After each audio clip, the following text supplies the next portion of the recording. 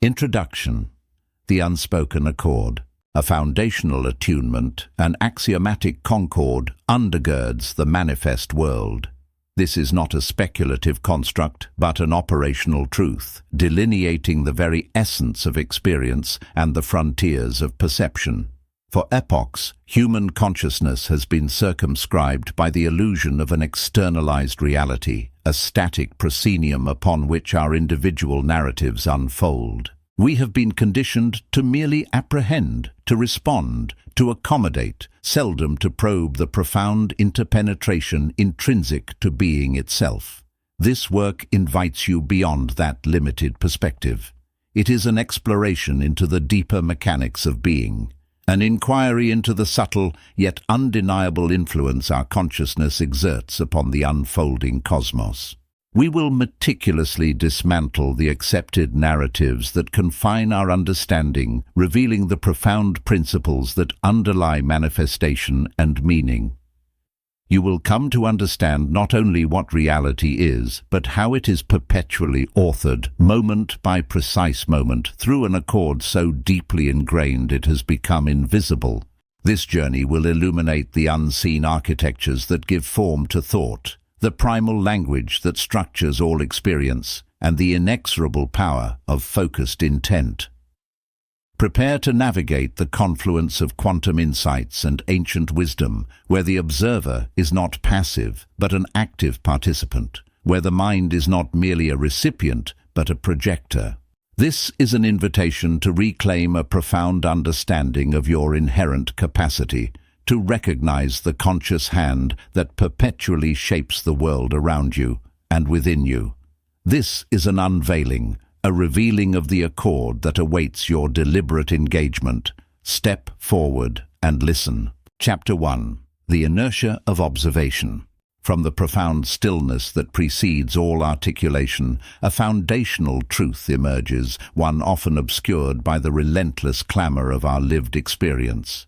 We stand at the precipice of understanding, where the edifice of perceived reality reveals its ephemeral architecture. The world, as it presents itself, is rarely the world as it inherently is. It is, instead, a profoundly intricate projection, shaped not by an external, unyielding decree, but by the very act of our attentive engagement.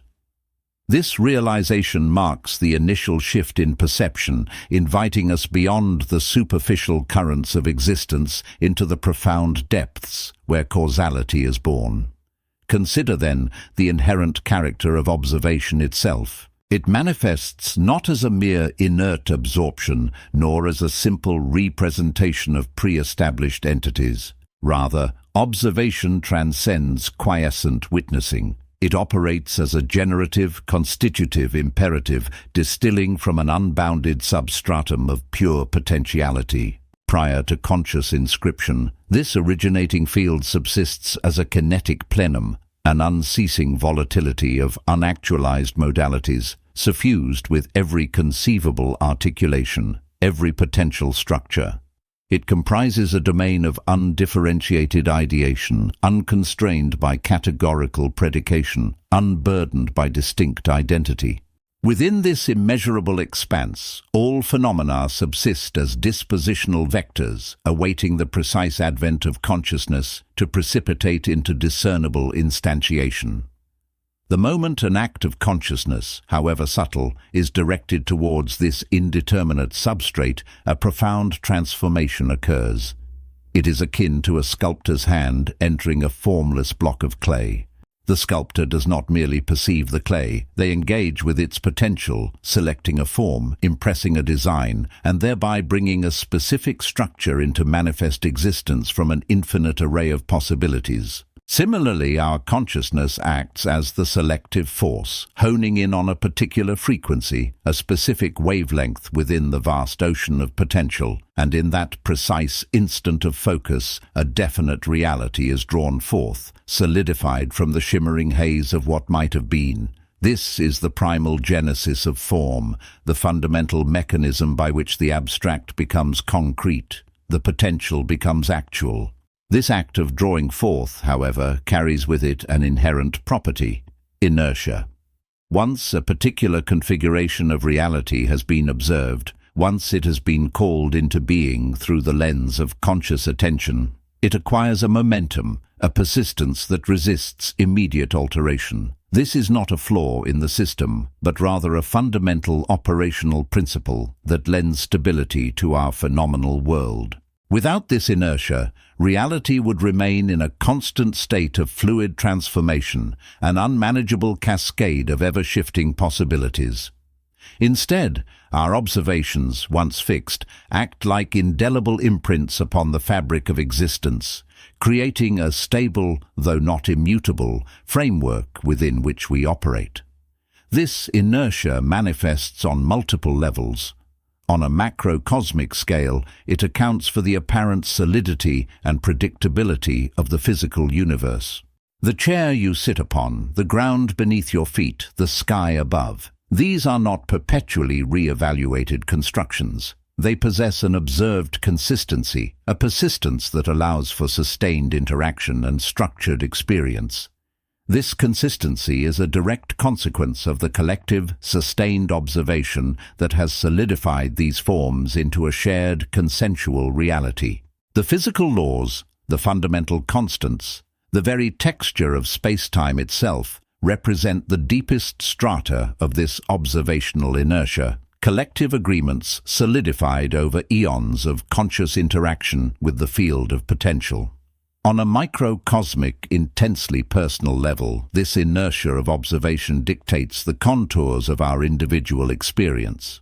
Each belief we hold, each assumption we make about ourselves and the world, each expectation we entertain, these are, in essence, highly refined acts of observation. When we habitually affirm a deficit within ourselves or anticipate predetermined limitations in our undertakings, we are, by that very insistence of perception, forging and calcifying the contours of our personal reality. The inner architecture of our being, the semantic structures we build, the affective states we nurture, the self-construct we perpetually project, crystallizes into an entrenched template of discernment. This template, once solidified, exerts a potent, self-perpetuating gravitas. To elucidate, consider the nascent cognitive architectures erected during early developmental stages. A consciousness in its formative epoch, apprehending its immediate phenomenal field, postulates fundamental axioms concerning its safety, affectional integration, operative capacity, and intrinsic affiliation. These inaugural apprehensions, frequently fragmented or epistemically distorted, transmute into foundational doxastic structures. Subsequently, these convictions function as an inherent perceptual matrix, conditioning all succeeding sensory input and interpretive processing. This engenders a formidable epistemic inertia. The individual perpetually processes new information through these antecedent schema, inadvertently consolidating the original postulations, even when confronted with disconfirming phenomena. Such a recursive feedback loop defines the operational ontology of observational inertia within the human faculty. Apprehended reality, whether internal noumenon or external phenomenon, acquires a fixed disposition, an inherent resistance to re-evaluation, solely by virtue of sustained focus and interpretive consolidation. The implications of this inertia are profound. It suggests that our personal worlds are not merely given to us, but are, in a very real sense, continually being co-created by our sustained focus. The challenges we face, the limitations we encounter, the opportunities we miss, many are not inherent decrees of an external fate, but rather the persistent reflections of our deeply embedded observational patterns. Our discomfort with change, our resistance to new perspectives, our struggle to break free from habitual thinking, these are all manifestations of this fundamental inertia.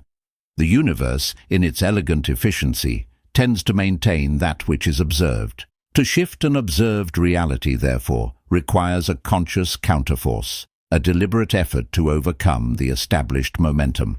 This understanding does not imply a simplistic notion of merely thinking positive thoughts to alter reality. Such superficiality misunderstands the deep mechanics at play. Rather, it speaks to the fundamental engagement of consciousness with the substrate of existence. To overcome inertia is to undertake a profound re-evaluation of one's observational habits. It demands a deliberate withdrawal of attention from the undesired manifestation and a conscious, sustained redirection of focus towards the desired potentiality. This is not a fleeting act, but a disciplined practice of mental and emotional repatterning, patiently cultivating new lenses through which to engage with the field of all possibilities. The sustained application of this refined observation is akin to the persistent force required to alter the trajectory of a massive object. It demands consistent energy, unwavering focus, and an acute awareness of the subtle resistances inherent in the established patterns. It is a recognition that the universe, in its profound generosity, will continue to present to us that which we continually observe, whether consciously or unconsciously. The gift of stability, which inertia provides, also carries the responsibility of discernment, to choose wisely what we grant the power of our persistent attention. Furthermore, this principle extends beyond individual perception to the very structure of human interaction and collective experience. Societies, cultures, and civilizations are built upon shared observations, collective beliefs that, through sustained attention, manifest as tangible institutions, norms, and realities. The inertia of these collective observations can be immense, requiring extraordinary effort to shift fundamental paradigms or challenge deeply entrenched societal structures. What appears as immutable social order is, in its essence, a monumental aggregate of sustained collective observation, imbued with its own formidable momentum. The solemn weight of this revelation lies in its empowerment. We are not merely floating recipients of a predetermined existence. We are active participants, co-architects in the ongoing genesis of reality. The very act of observing is an act of creation, and the persistence of our world is a testament to the constancy of our engagement. To understand the inertia of observation is to grasp the profound significance of where and how we place our attention. It is to recognize that our focus is not an inconsequential beam of light, but a shaping force, a deliberate engagement that pulls potentiality into actuality, giving form and stability to the heretofore formless. This journey into the nature of observation reveals a fundamental truth. The universe responds to our consciousness, not as a passive mirror, but as an active collaborator. Our persistent mental and emotional states, our ingrained beliefs, our focused attention, these are not mere internal phenomena. They are the very engines of manifest reality, imbued with the power to select, to solidify, and to sustain. The stability we experience, the forms we perceive, the patterns that govern our lives, are all direct consequences of this profound, often overlooked inertia. Recognizing this foundational mechanism is the essential first step toward reclaiming our deliberate role in the unfolding of existence. It compels us to peer beyond the obvious, to question the fixed, and to embrace the formidable power resident in the very act of seeing. Chapter 2. The Latent Architectures. Having deeply considered the immediate impact of observation, we now turn our gaze inward beyond the surface of phenomena to the unseen stratum that underpins all that is perceived. The apparent world, with its forms and events, does not emerge from an absolute void, nor is it merely a chaotic cascade of chance. Beneath the vibrant play of actualization, beneath the very possibility of observation, lies a profound and intricate substratum, the latent architectures of existence. These architectures are not physical constructs, nor are they static blueprints awaiting activation. Rather, they represent the foundational principles, the inherent geometries, and the energetic biases embedded within the fabric of potential itself. They are the pre-patterned fields, the governing algorithms, and the ontological scaffolding upon which all manifest reality is composed. where observation, as explored previously, acts as the catalyst, actualizing specific outcomes from a sea of probabilities. These latent architectures define the very nature and boundaries of that sea. They delineate what can be, what cannot be, and the fundamental relationships that bind all possibilities. Consider the quantum field not as an amorphous expanse, but as a dynamic medium imbued with inherent structure. This field, the energetic substrate of all existence, possesses intrinsic properties, symmetries, and resonant frequencies that predispose it towards certain formations over others. These are not arbitrary. They are the primordial formal structures, the fundamental constraints that dictate the universe's capacity for self-organization. Every particle, every force, every interaction ultimately derives its form and function from these deeply ingrained patterns. They are the unseen grammar of the cosmos, dictating the syntactic rules by which reality composes its myriad sentences. These architectures exist independently of individual consciousness, preceding and informing our capacity to observe. They are universal constants, not subjective interpretations. While our observation may select and concretize specific configurations from this latent potential, the spectrum of available configurations, their inherent properties, and their relational dynamics are already defined by these deeper structures. We do not invent the elements of reality. We engage with their pre-established formal possibilities. Our consciousness, therefore, functions within a preordained framework of what is ontologically permissible. To truly grasp this concept, one must transcend the limited view of reality as merely the sum of its observable parts.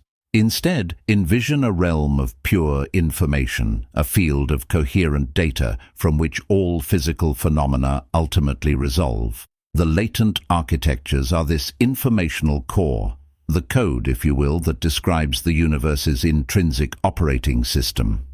This code is immutable, universal, and elegant in its complexity. It dictates the fundamental laws of physics, yes, but also the deeper, more subtle principles that govern causality, coherence, and the very flow of temporal experience. It is the reason why certain outcomes are predictable, why certain patterns recur, and why the universe exhibits an underlying order, despite its apparent chaos. From a Stoic perspective, these latent architectures resonate with the concept of the logos, the universal reason, the active and intelligent principle that permeates and orders the cosmos. This logos is not a deity in the anthropomorphic sense, but rather the immanent law, the rational structure, and the inherent design embedded within existence itself. It is the divine fire, as some Stoics described it, that cyclically forms and informs all things. Understanding these architectures, therefore, is to align with this cosmic reason, to perceive the underlying order that governs all events, irrespective of our personal desires or aversions. It is to recognize that while we possess agency within the realm of our judgments and actions, we operate within an immutable framework of universal principles that define the very stage upon which our lives unfold. This recognition carries profound implications. It reframes our understanding of free will, not as an unbridled capacity to create any reality we desire, but as the deliberate and conscious choice to align our will with these fundamental architectures. True freedom, then, is found not in defiance of universal law, but in a deep, integrated understanding and acceptance of it. When our intentions, our actions, and our perceptions are congruent with these latent structures, we experience a frictionless flow, a profound sense of harmony with the unfolding cosmos. Conversely, resistance to these architectures, an attempt to impose an arbitrary will upon a fundamentally ordered reality, leads inevitably to discord and suffering. Consider the intricate balance of the cosmos, the precise constants that permit the formation of stars, planets, and life, the fundamental symmetries that dictate particle interactions, the holographic nature of information that suggests a non-local interconnectedness. These are not accidental aggregates. They are expressions of these latent architectures. They are the profound and beautiful constraints that make coherent existence possible. Without these underlying patterns, the universe would be an utterly formless and chaotic soup, incapable of sustaining any persistent form, let alone consciousness. These architectures also define the very nature of potentiality. Before a quantum wave function collapses, before a choice is made manifest, the range of possible outcomes is not infinite. It is bounded, constrained, and shaped by these foundational structures. The universe does not offer an arbitrary menu of possibilities. It presents a highly structured set of options, each with its own inherent probabilities and developmental trajectories. Our observation, therefore, does not conjure reality from nothingness, but rather selects from a pre-structured palette of potentials, actualizing one of the many forms already latent within the deep architecture of existence. This perspective shifts our focus from merely what we observe to how the observable is fundamentally structured. It moves beyond the immediate effect to the underlying cause of coherence. It demands a deeper contemplation of the principles that grant form to the formless, order to the unbound. These architectures are not merely abstract concepts. They are the active, governing principles that are constantly at play, sustaining the stability and consistency of the universe moment by moment. They are the silent, omnipresent guardians of cosmic order. To engage with these latent architectures is to cultivate a profound reverence for the inherent wisdom embedded in the universe. It means recognizing that our individual experience, while deeply personal, is also a localized expression of a universal system. Our individual consciousness is not separate from this grand design. It is an integral part, an instrument capable of discerning and interacting with its inherent logic. This understanding empowers a different kind of agency, one rooted in profound comprehension and aligned action rather than isolated will. We are, in essence, consciousness interacting with a pre-formatted cosmic engine. The engine has its rules, its capabilities, and its limitations. Understanding these rules allows us to operate the engine effectively, to navigate its possibilities, and to contribute to its ongoing operation with purpose and insight. To ignore these architectures is to attempt to bend reality to an ill-informed will, a futile endeavor against the very grain of existence.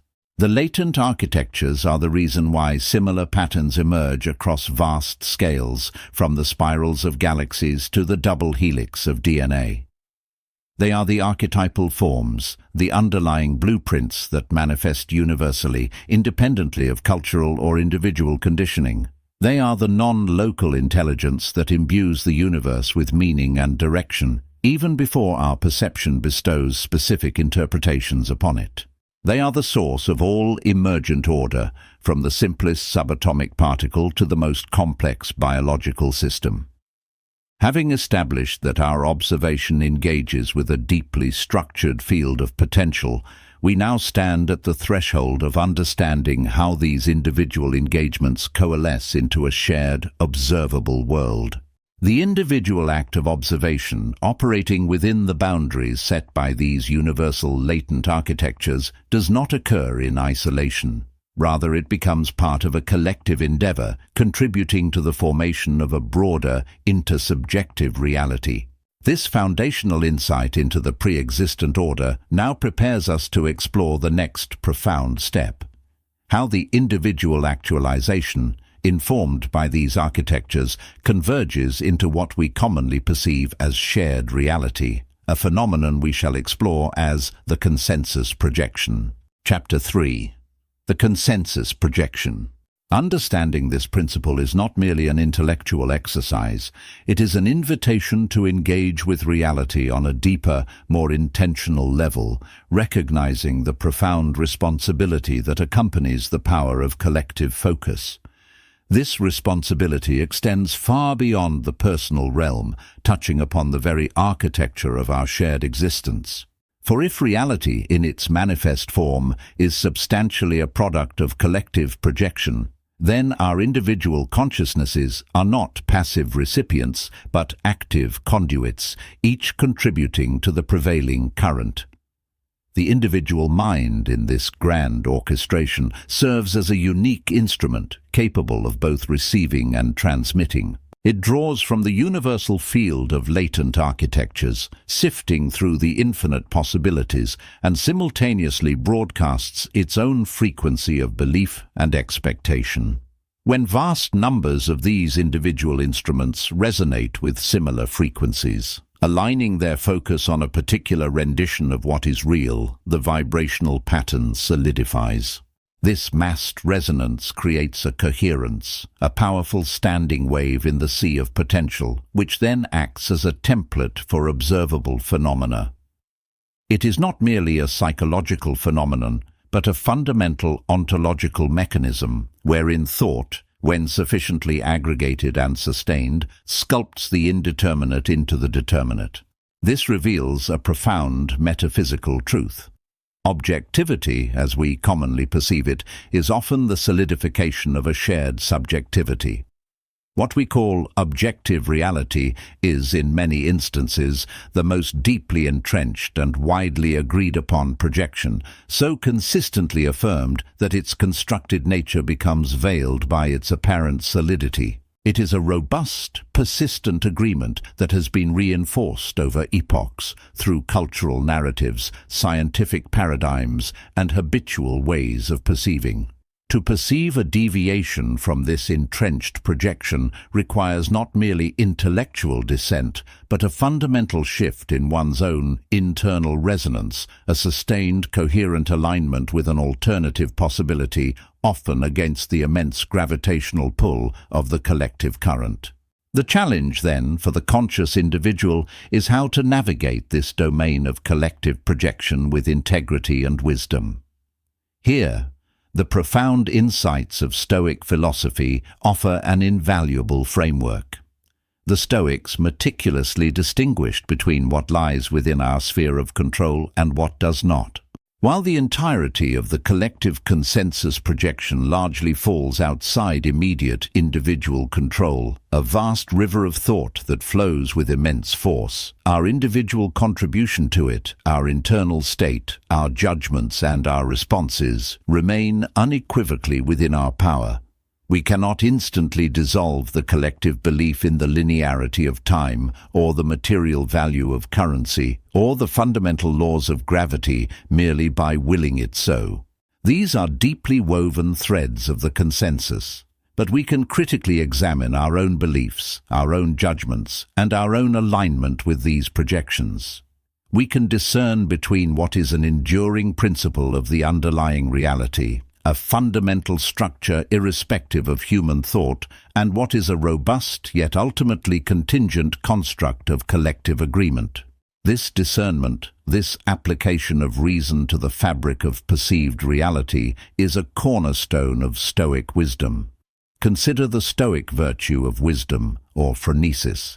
It implores us to perceive the world accurately, to understand its true nature and our place within it. In the context of the consensus projection, this means recognizing the inherent fluidity of reality at its most fundamental quantum level, even as we acknowledge the immense stability and apparent fixedness imposed by collective agreement. It means understanding that while many of the facts of our world are deeply ingrained projections, their existence is no less real within the framework of shared experience. To deny them outright, or to attempt to operate solely outside them without understanding their power, would be folly. Wisdom lies in acknowledging the potency of the collective while simultaneously cultivating an inner sanctuary of reasoned perception that is not wholly bound by its dictates. Furthermore, the Stoic commitment to living in accordance with nature takes on a new dimension. What is nature when a significant portion of our experienced reality is a product of collective mental activity? It implies a deeper alignment, not with the superficial, transient currents of societal trends or popular opinion, but with the underlying principles that allow for any manifestation at all. It suggests seeking harmony with the fundamental laws governing consciousness and potentiality, understanding how mind interacts with matter rather than blindly conforming to every projected construct. This involves an internal discipline, a rigorous examination of one's own conceptual frameworks and emotional reactions, ensuring they are rooted in reason and not merely reflexes to the dominant collective signal. The individual, when faced with a powerful collective projection that runs counter to reason or virtue, is not entirely helpless. While direct, immediate alteration of the collective current may be beyond an individual's immediate capacity, the power of withdrawal and realignment is immense. Just as a single note out of tune can subtly affect the harmony of an orchestra, so too can an individual consciousness, out of sync with a particular aspect of the consensus, begin to exert a subtle counter-resonance. This is not an act of defiant rebellion, but of self-possession and intellectual independence. By refining one's own internal coherence, by aligning one's beliefs and intentions with principles of universal reason and virtue, an individual strengthens their own unique frequency, making it less susceptible to the unexamined influences of the collective. This internal coherence becomes a protective field, allowing one to perceive the consensus projection for what it is, a potent yet ultimately mind-dependent construct, without being entirely enslaved by its assumptions. The Stoic practice of distinguishing between what is truly good or bad, virtue and vice, and what is merely preferred or dispreferred, external circumstances like wealth, health, reputation, which are often heavily influenced by collective projections of value, becomes even more critical. If wealth is primarily a consensus projection of value, its pursuit, while practical, should not overshadow the unassailable good of wisdom and integrity, which exist independently of any collective agreement. The responsibility inherent in understanding the consensus projection, therefore, is not a call to utopian collective mind power, but a sober recognition of our inherent participatory role. Every thought, every belief, every acceptance, no matter how small, subtly reinforces the existing structure or, conversely, introduces a slight deviation. The aggregate of these individual contributions forms the river. To act with integrity means to consciously choose the quality of our contribution. It means refusing to lend our mental energy to projections that foster division, fear, or injustice, and instead intentionally aligning with those that promote reason, harmony, and interconnectedness. This is a profound form of individual agency, exercised not by brute force but by the subtle yet powerful act of conscious resonance. The universe, in its boundless potential, remains an open system, constantly being actualized through the interplay of consciousness. The consensus projection is merely one powerful mechanism of that actualization. To truly engage with reality on a deeper level is to recognize this dynamic interplay, to understand that the fixedness we perceive is often a temporary state, maintained by persistent, albeit often unconscious, agreement. It is to accept the fluidity beneath the apparent solidity and to choose with informed reason how one's own consciousness will contribute to the ongoing creation of shared experience. This requires a profound inner fortitude, a constant vigilance against the unexamined assumption, and a steadfast commitment to the principles of truth and virtue, even when they diverge from the prevailing currents of collective thought. It is the arduous yet liberating work of bringing conscious awareness to the very process of becoming. Chapter 4. The Primal Lexicon.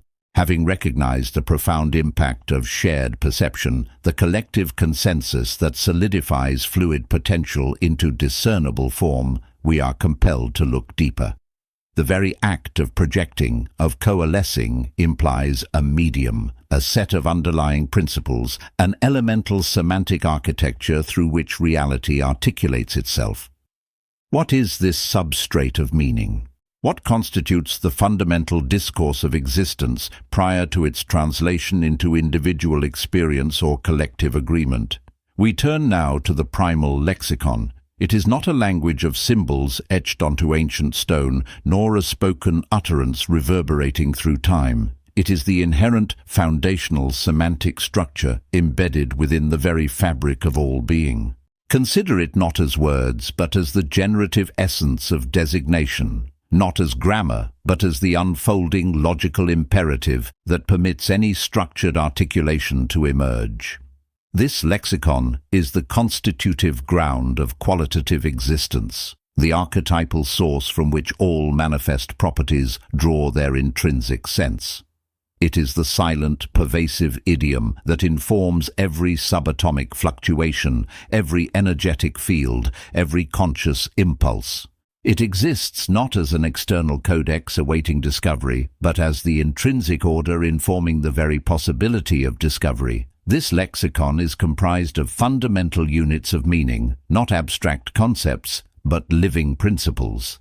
They are the primary definitions, the irreducible qualities that delineate existence. Think of them as the universal archetypes of formation, function, and relationship. Not the psychological archetypes we associate with human experience, those profound patterns of consciousness that structure our myths and dreams, but cosmic archetypes, the generative patterns that permit the very possibility of existence to differentiate itself into distinct phenomena. These units are not material, they are pre-material, the very instruction sets for materiality. They are the template for light, the blueprint for gravitational curvature, the inherent resonance that binds energy. They define what it means for something to exist, for anything to be at all. They are the foundational whatness and howness of reality, preceding all empirical observation.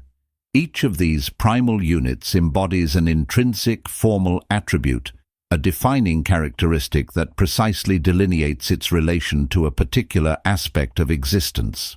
These are not merely static labels, they are the active principles of manifestation, the dynamic wellsprings from which all tangible forms ultimately derive. When we observe, when we project, when we lend our consciousness to the shaping of reality, we are, in essence, engaging with these fundamental units. We are drawing from this lexicon, combining its inherent meanings to construct our experience. The world, therefore, is not merely a collection of inert objects awaiting our interpretation. It is an ongoing, dynamic articulation of these primal meanings, a continual unfolding, informed by these primary definitions. This engagement is not an act of creation ex nihilo, but rather an act of resonance and shaping within the confines and possibilities afforded by these elemental definitions. The mind, in its deepest strata, possesses an innate fluency in this universal language. Before the emergence of discursive thought, before the formation of conceptual frameworks, there exists an intuitive comprehension of these foundational principles. This is not learned knowledge, it is an inherent resonance, a direct apprehension of the qualitative aspects of existence, a primordial understanding woven into the very fabric of sentience. Our consciousness is not merely an interpreter of sensory data, it is a profound semantic engine capable of both receiving and transmitting the essence of these primal units. It is the resonant nexus where formless meaning crystallizes into the formed world, a bridge spanning the noumenal and the phenomenal. This innate capacity, however, often lies obscured beneath accretions of acquired belief, cultural conditioning, and personal history, much like the original contour of a landscape hidden beneath successive layers of sediment. These foundational principles interact through a specific cosmic grammar. This grammar dictates the lawful relationships between the primal units, determining how they can combine, evolve, and express themselves to create coherent realities. It is the underlying syntax of causality, the profound logic that governs the unfolding of events, the inherent structure that ensures a consistent, understandable universe. Without this grammar, reality would dissolve into an undifferentiated chaos, a cacophony of isolated meanings without connection or purpose. It is this grammar that allows for the emergence of complex systems, for the intricate balance of forces, for the very possibility of life itself. This cosmic grammar is not a set of external rules imposed upon existence, but the intrinsic pattern of its unfolding, the lawful necessity that ensures its coherence. It represents the immutable architecture of what is, setting the parameters for all potential and all manifestation. Consider the implications. If reality is constructed from a primal lexicon and governed by a cosmic grammar, then our perception is not merely a passive reception, but an active engagement in its articulation. We are not just perceivers of this universal discourse. We become conscious articulations, wielding the inherent meanings and principles through our focused attention and intent. The consensus projection, as explored previously, is therefore a collective agreement on how to combine these primal units to form a shared narrative of existence. It is a societal articulation, a common interpretation of the foundational language, solidified into a commonly experienced world. This understanding fundamentally shifts our philosophical stance. We are not merely passive apprehenders in a predetermined unfolding, but integral participants in the ongoing composition of reality itself, operating within a framework of immutable principles. The mastery of this lexicon begins with an introspection into fundamental principles, a disciplined recalibration of inner attention to the subtle frequencies of these primal units. It requires stripping away the superimposed overlays of conditioned language, the superficial definitions imposed by culture and personal history, to access the unfiltered essence of meaning. This is a process of precise discernment, of learning to differentiate between the true resonance of a primal principle and the distorted interpretations we often superimpose upon it. It is about understanding that a concept like growth is not merely a biological process, but a primal unit of the lexicon, representing an inherent energetic impulse towards expansion and development, present in everything from a developing embryo to an expanding galaxy. This inner alignment mirrors a Stoic principle, distinguishing between what is truly fundamental and what is merely an impression or an opinion. By carefully scrutinizing our perceptions, questioning the received wisdom, and seeking the unvarnished essence of things, we begin to clear the intellectual and emotional debris that obscures our innate grasp of the primal lexicon. We cease to be merely reactors to external phenomena and become careful assessors of their underlying meaning. This journey is not about memorizing a dictionary of cosmic terms, but about cultivating a direct, experiential understanding of their active presence within and around us. It is the cultivation of an intuitive grasp of the energetic qualities that compose all phenomena, an existential fluency. When we encounter love, for example, we are not merely dealing with an emotion, but with a fundamental energetic principle of connection, coherence, and unconditional flow. To understand this primal unit is to perceive its presence in the magnetic attraction between particles, in the harmonious orbit of celestial bodies, in the intricate symbiosis of ecosystems. It is to recognize its fundamental role as a structuring force in the cosmos, an immutable principle of unity. Such an understanding is not intellectual abstraction, it is a profound recognition that reconfigures the architecture of our understanding, resonating through the very fabric of our sentience, reshaping our relationship with the world. It is the direct apprehension of logos, the rational principle that pervades the universe, which the Stoics considered the very essence of divine reason and the blueprint for all existence. To align with this understanding is to live in harmony with nature itself. The true power of this understanding lies in its capacity to shift our perceived agency. If we are fluent in the primal lexicon, if we comprehend the cosmic grammar, we move beyond mere reaction to circumstances. We begin to understand the underlying principles at play, not just the surface manifestations. This allows for a more deliberate, more intentional engagement with reality.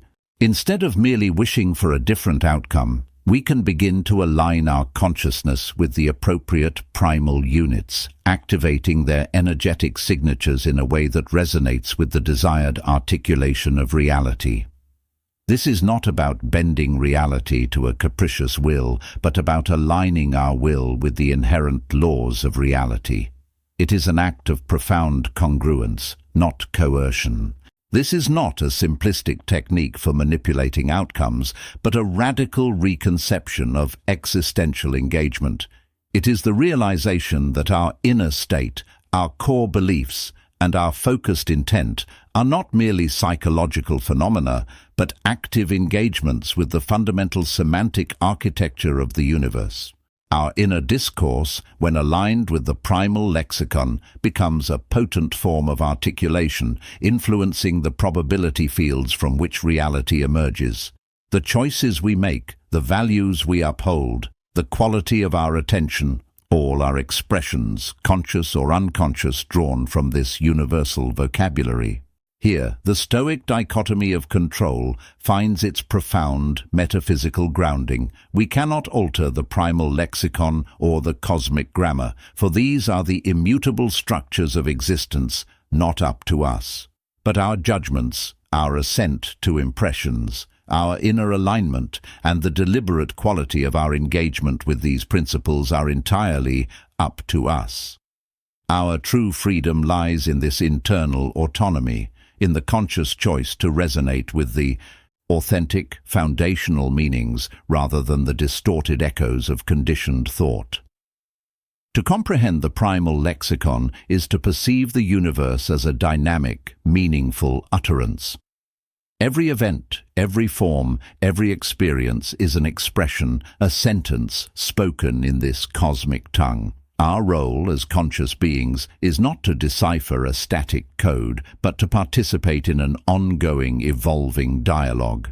By consciously engaging with the foundational units of meaning, by understanding their inherent energetic properties and their lawful interactions, we move from being passive recipients of reality to active co-articulators of its unfolding narrative. This deep understanding empowers us to shape our individual and collective experience with deliberate intention, informed by the very language of creation itself. The implications extend beyond personal transformation, suggesting a collective capacity to refine the consensus projection, to articulate a shared reality that is more harmonious, more congruent with the highest principles embedded within the universal lexicon. This profound fluency allows us to not merely perceive the unfolding of existence, but to consciously imbue its successive iterations with informed intention. It demands that we cultivate wisdom, justice, courage, and temperance not merely as abstract virtues, but as living expressions of the primal lexicon, fundamental principles that, when embodied, align our individual and collective existence with the very essence of cosmic order. The cultivation of these virtues thus becomes a direct act of engaging with the foundational language of reality, shaping our world from its deepest semantic roots. Chapter 5. The Axiom of Coherence. We have observed the initial shadow cast by observation itself, traced the dormant architectures that act as preliminary forms for potential existence, and witnessed how a collective projection solidifies the immaterial into the palpably real. We have disassembled the primal lexicon, the elemental syntax from which all reality is constructed. Our focus now sharpens, landing on an inescapable principle, the axiom of coherence. An axiom, by its very nature, is a proposition demanding no validation beyond its stark self-evidence. It asserts itself as foundational truth. Coherence, within this discourse, defines the universe's inherent quality of absolute logical consistency, its integral structural unity, and the seamless interoperation of its constituent elements. It stands as the fundamental mandate ensuring the cosmos remains perpetually self-consistent, that every disparate component, from the colossal structures of galaxies to the ephemeral flicker of a quantum foam, precisely articulates into a unified, comprehensible configuration. This coherence is not an incidental byproduct, appearing only once sufficient complexity arises. Instead, it is the fundamental necessity for all manifested reality, the intrinsic stipulation without which existence, as we discern it, would be utterly impossible. It is the binding force that compels the primal lexicon into meaningful statements, and the latent architectures into functional dynamic designs.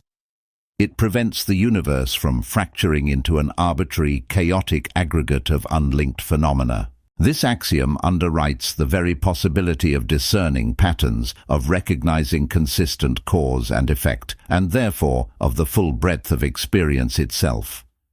Deprived of it, our perception would disintegrate into a disassociated torrent of data, incapable of resolving into any stable form. It is the ceaseless, organizing imperative embedded within every energetic exchange, guaranteeing that each interaction adheres to an implicit, universal compact. It is the unwritten law that prevents arbitrary transformation, the anchor of objective reality. Consider for a moment the meticulous undertaking of an engineer designing a bridge destined to traverse a profound chasm. Her design schematic, intricately rendered, embodies the dormant architecture, a conceptual scaffold awaiting physical inscription. The vectors, figures, and notations within that schematic comprise the primal lexicon, the fundamental units of informational encoding. For this bridge to transcend pure concept and attain concrete reality, for it to stand resilient against the elemental siege of nature and bear the relentless friction of constant passage, every single component within that design and every subsequent action taken during its construction must submit to an unwavering axiom of coherence. The tensile endurance of the steel, the compressive fortitude of the concrete, the rigorous exactitude of each measurement, the precise calculus of load distribution, all must align with the uncompromising physical constants governing material behavior. If the engineer, in her conception, or the construction team, in their execution, permits even a subtle fracture in coherence, a miscalculation of a crucial stress point, a material imperfection that belies the intended strength, the bridge will not merely perform deficiently, it will inevitably suffer complete structural disintegration. Its ultimate collapse would register not as an act of random misfortune, but as the inexorable consequence of a departure from the axiom of coherence. The physical world, in its manifestation, exacts this precise integration, this flawless congruence of principle and form. This microcosmic scenario functions not as a reflection, but as a direct illustration of the universe's macro-scale demand for coherence, revealing it as an active, relentless force that sculpts all phenomena. The structural tenacity of all matter, the unwavering predictability of chemical syntheses, the orbital precision of cosmic bodies, each stands as undeniable testimony to the absolute necessity of this universal law. This axiom dictates a universal consistency, a profound dependability that permeates all scales of existence. It is insufficient for the primal lexicon to merely exist as isolated energetic signatures or disjoined informational quanta. They must integrate, resonate, and interlock in a consistent manner to form stable structures and predictable dynamics. This implies, fundamentally, that a particular configuration of subatomic particles will always exhibit specific properties. A precise arrangement of molecules will always yield a distinct substance, and the physical laws observed in one corner of the cosmos will, without exception, apply uniformly across its vast expanse. This consistent predictability is not arbitrary. It is the definitive mark of the axiom of coherence, ensuring that the rules of interaction are universal and timeless. It guarantees that our apprehension of reality, though shaped by individual and collective observation, remains anchored to an enduring, predictable order. Without this foundational coherence, every sunrise would present itself as a novel and entirely unpredictable spectacle, every physical interaction a unique, unrepeatable phenomenon. Our capacity to perceive, to learn, to anticipate, indeed, to exist within a meaningful reality hinges entirely upon this inherent consistency. The very concept of scientific inquiry, of technological advancement, or even of daily routine presupposes this unwavering order. Disruption of coherence at this fundamental level would equate to an undoing of reality itself, not merely its alteration. It is the silent, pervasive accord that holds existence taut, preventing its unraveling into pure potentiality devoid of form. This universal agreement establishes the very conditions for a cosmos that is not only comprehensible, but also navigable, where effects follow causes with absolute fidelity, establishing the bedrock for reason itself. This axiom extends beyond the physical into the intensely personal domain of subjective apprehension. Just as the external world requires coherence for its stability, our internal cognitive and emotional constructs, our thoughts, convictions, and affective states, must also achieve a rigorous state of alignment. If our conscious projections are fragmented, contradictory, or misaligned with the fundamental operating principles of the universe, we inevitably encounter profound friction, resistance, and a deep-seated sensation of dis-ease. This is not some arbitrary, punitive outcome, but a direct consequence of deviating from the foundational axiom of coherence. When your convictions about yourself contradict your deepest aspirations, when your actions diverge sharply from your articulated values, or when your perception of reality fundamentally clashes with its observable, consistent nature, you introduce a profound incoherence into your own projected reality. The result is an internal dissonance that projects a distorted correspondence onto perceived circumstance. This is not an external force acting upon you, but an internal architecture, failing to integrate, causing a ripple in the very structure of your experienced world. The individual, then, experiences a form of energetic dissipation, as internal resources are constantly expended in the attempt to reconcile irreconcilable conceptual states. This internal struggle, this perpetual tug-of-war between conflicting beliefs, drains vitality and clouds judgment, creating a self-perpetuating cycle of perceived external adversity. Imagine a highly skilled musician preparing for a symphonic performance. Each note, each instrument, each phrase constitutes a component of the primal lexicon, guided by the dormant architecture of the composer's score.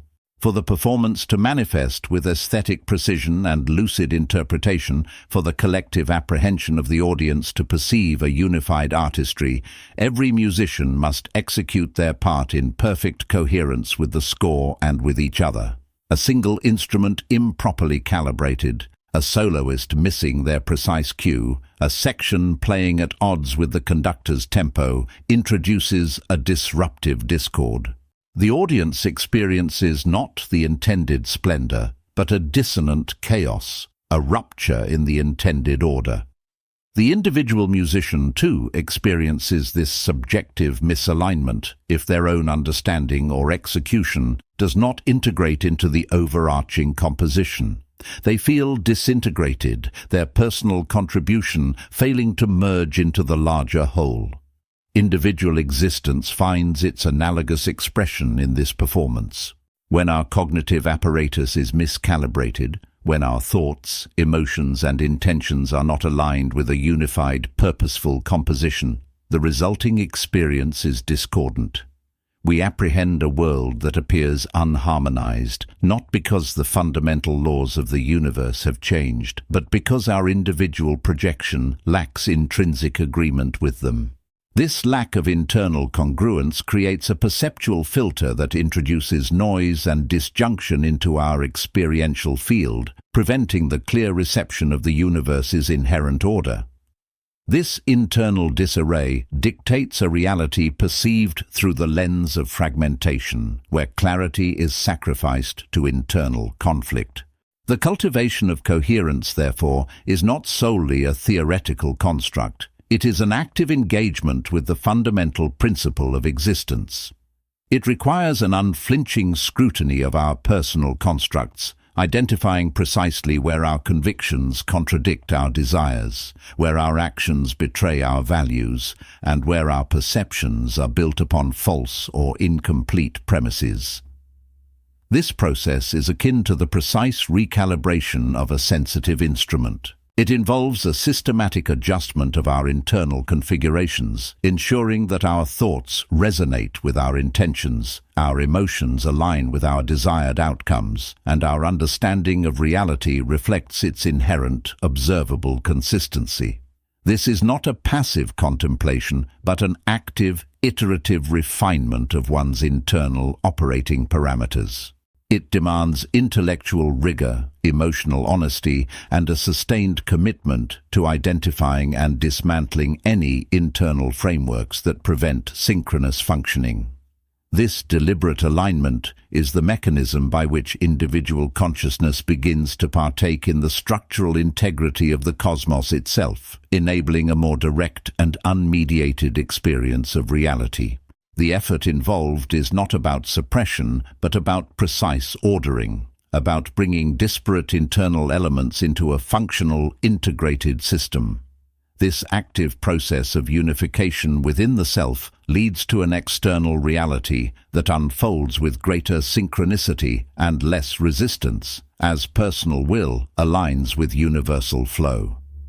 Consider the human body itself, a pinnacle of biological complexification operating on an unwavering axiom of coherence. Billions of cells, each with its specific function, communicate and cooperate in a unified purpose. Organs, systems, and biochemical pathways, the very lexicon of life, operate in a complex yet precisely consistent synchronicity. The precise regulation of temperature, the rhythmic pulsation of the heart, the seamless conversion of nutrients into energy, the miraculous regeneration of tissues, these are all expressions of an undeniable, intrinsic coherence. When this coherence is disrupted, even in a subtle way, the body signals distress. A headache, a fever, a localized pain. These are not random occurrences, but indicators of a momentary lapse in the body's coherent functioning. Physiological dysregulation, at its core, is a prolonged or systemic incoherence, a failure of integration at the cellular or systemic level. The body, without conscious intervention, constantly strives to return to a state of equilibrium, a condition of perfect coherence. This inherent impulse toward balance, toward vitality, toward a unified function, is an unequivocal demonstration of the axiom of coherence embedded within all life. It represents a microcosmic manifestation of the macrocosmic principle, showcasing how systemic integrity is paramount for sustained functionality and vitality. This intrinsic drive for equilibrium is not merely a biological fact, but a deep-seated echo of the universe's own ceaseless striving for balanced integration. Our mental and emotional well-being similarly demands this internal harmony. When an individual sustains contradictory propositions, for instance, simultaneously believing they are destined for greatness yet inherently unworthy, they create a profound internal incoherence. This cognitive disjunction does not merely induce discomfort, it actively fragments their perception and their capacity for effective action.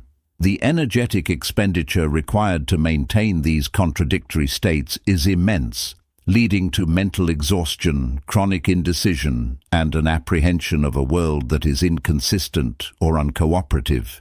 The external world, functioning under the axiom of coherence, overtly presents this internal fragmentation, not as punishment, but as an undeniable objective report. Opportunities appear to bypass them, relationships feel strained, and progress becomes an arduous contest. This is not external adversity, but the manifest consequence of an internal incongruity, a deviation from the fundamental principle that demands integration and consistency. This internal disarray projects a distorted field of interaction wherein the individual's attempts to navigate reality are perpetually undermined by their own unresolved internal contradictions. The external circumstances, in their apparent resistance, merely serve as objective feedback, highlighting the points of internal misalignment, urging a return to internal order. Recognizing the axiom of coherence confers profound volitional capacity. It reveals that our struggles are often not due to an unpredictable cosmos, but to our own internal lack of alignment. It underscores that authentic potency resides not in compelling external manifestation through discordant volition, but in synchronizing internal structures with the inherent order governing all existence. This means cultivating clarity in thought, integrity in action, and a deep, resonant understanding of the principles that structure our experience. It requires us to expel disjunctions, to unify our intentions, and to embrace a worldview that is both expansive and deeply integrated. This is a process of refinement, of honing one's internal instruments to resonate purely with the universal frequency of order. It moves beyond mere adaptation to the world, to a conscious co-participation in its coherent construction. This active alignment transforms individual consciousness from a mere observer to a deliberate orchestrator of their subjective reality, working in concert with the universe's foundational rhythm. This is the essence of a Stoic disposition, where personal will finds its strength in its congruence with the overarching design. By understanding the axiom of coherence, we move beyond merely observing reality or projecting our consciousness onto it. We begin to understand the inherent consistency that allows reality to be sustained and predictable. We recognize that the latent architectures and the primal lexicon do not float in disconnected fragments, but are meticulously interwoven by this fundamental rule. This understanding empowers us to consciously engage with existence, not as passive recipients, but as active participants who, by cultivating internal coherence, contribute to and align with the magnificent, self-consistent order of the cosmos. The advance towards mastery, then, is not about exerting brute force, but about achieving precise congruence. It is about becoming an uninterrupted manifestation of the universe's own unwavering harmony, allowing our individual projection to resonate with the universal, integrated truth. In this alignment, the friction dissipates and the flow becomes effortless, for we are no longer resisting the inherent flow of existence, but advancing in precise concordance with its fundamental periodicity. This is not a condition of inert submission, but one of profound, empowered attunement, where individual consciousness and universal order move as one indivisible expression.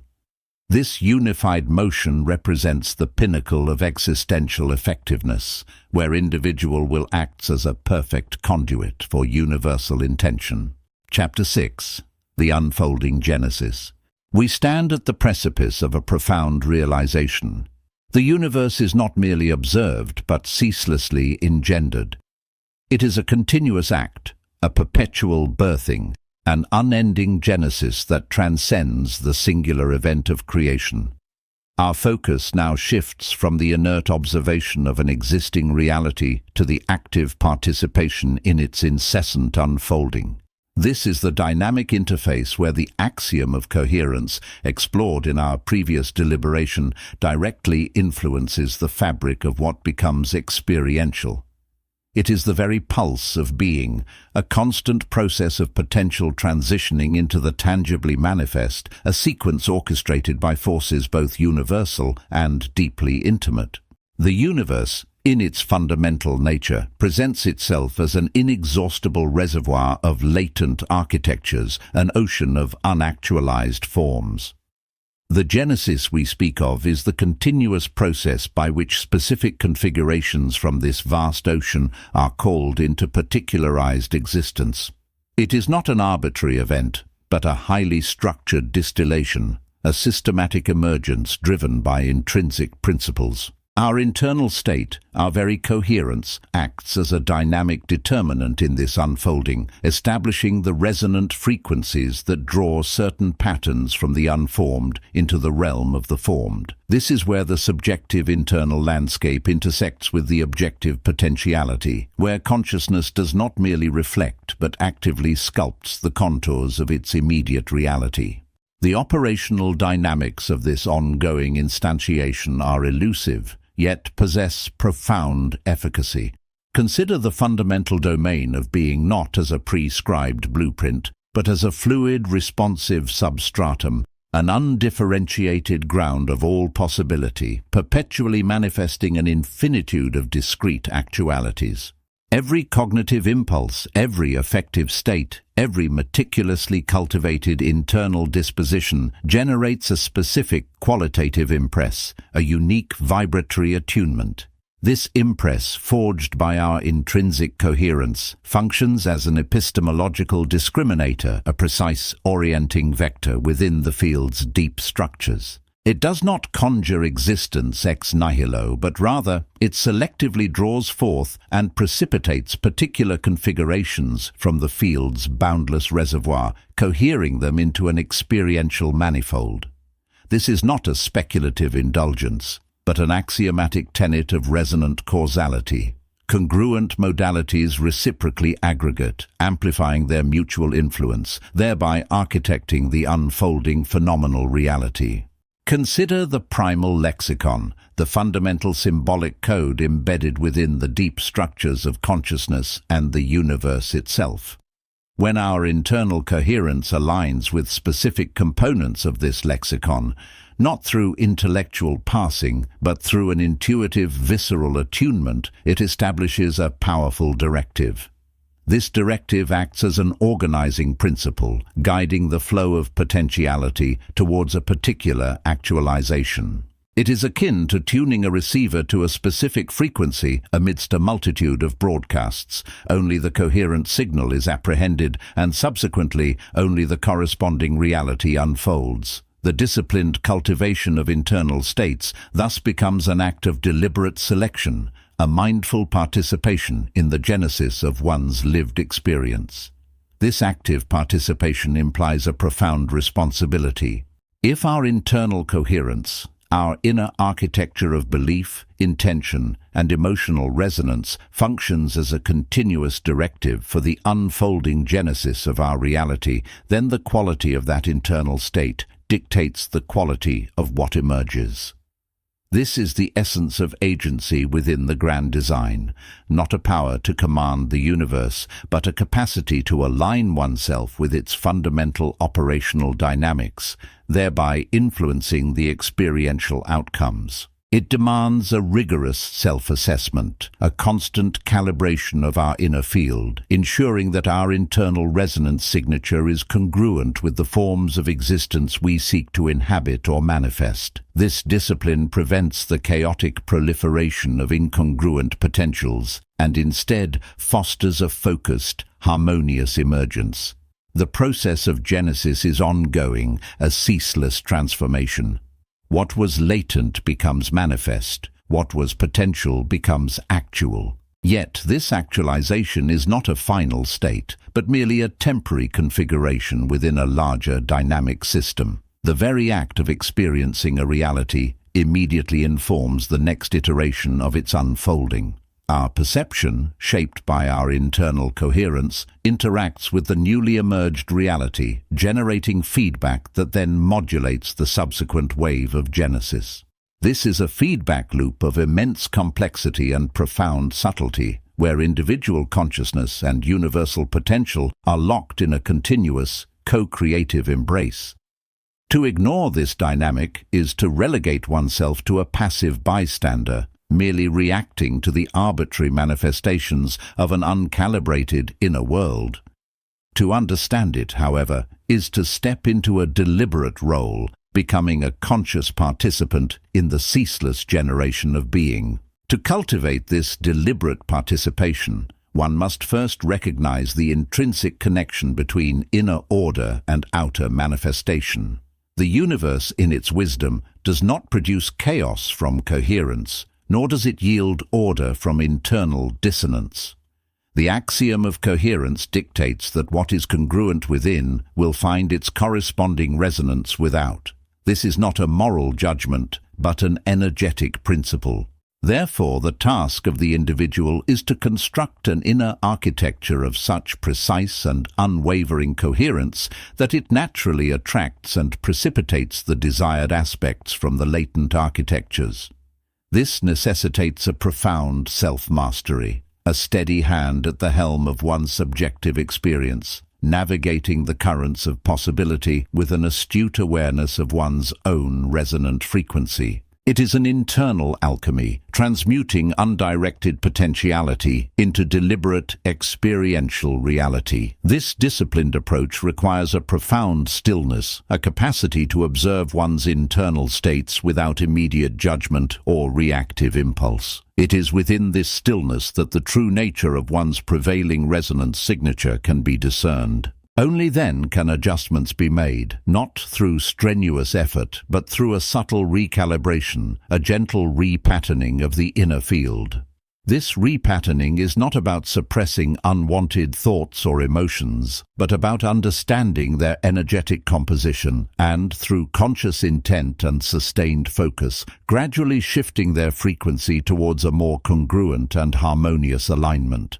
This is the work of an inner architect, meticulously crafting the foundational elements from which all subsequent experiential genesis will spring. The fruit of this labor is not a sudden, dramatic transformation, but a gradual, organic unfolding, a reality that begins to align with the profound order established within.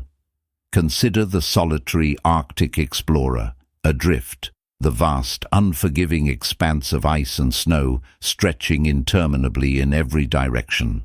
The last of his provisions dwindled days ago, his communication equipment failed, and the relentless blizzard has obscured all familiar landmarks. Conventionally, such a scenario spells certain demise. Yet this individual, through years of rigorous mental discipline and a practiced engagement with profound existential challenges, possesses an unshakable internal coherence.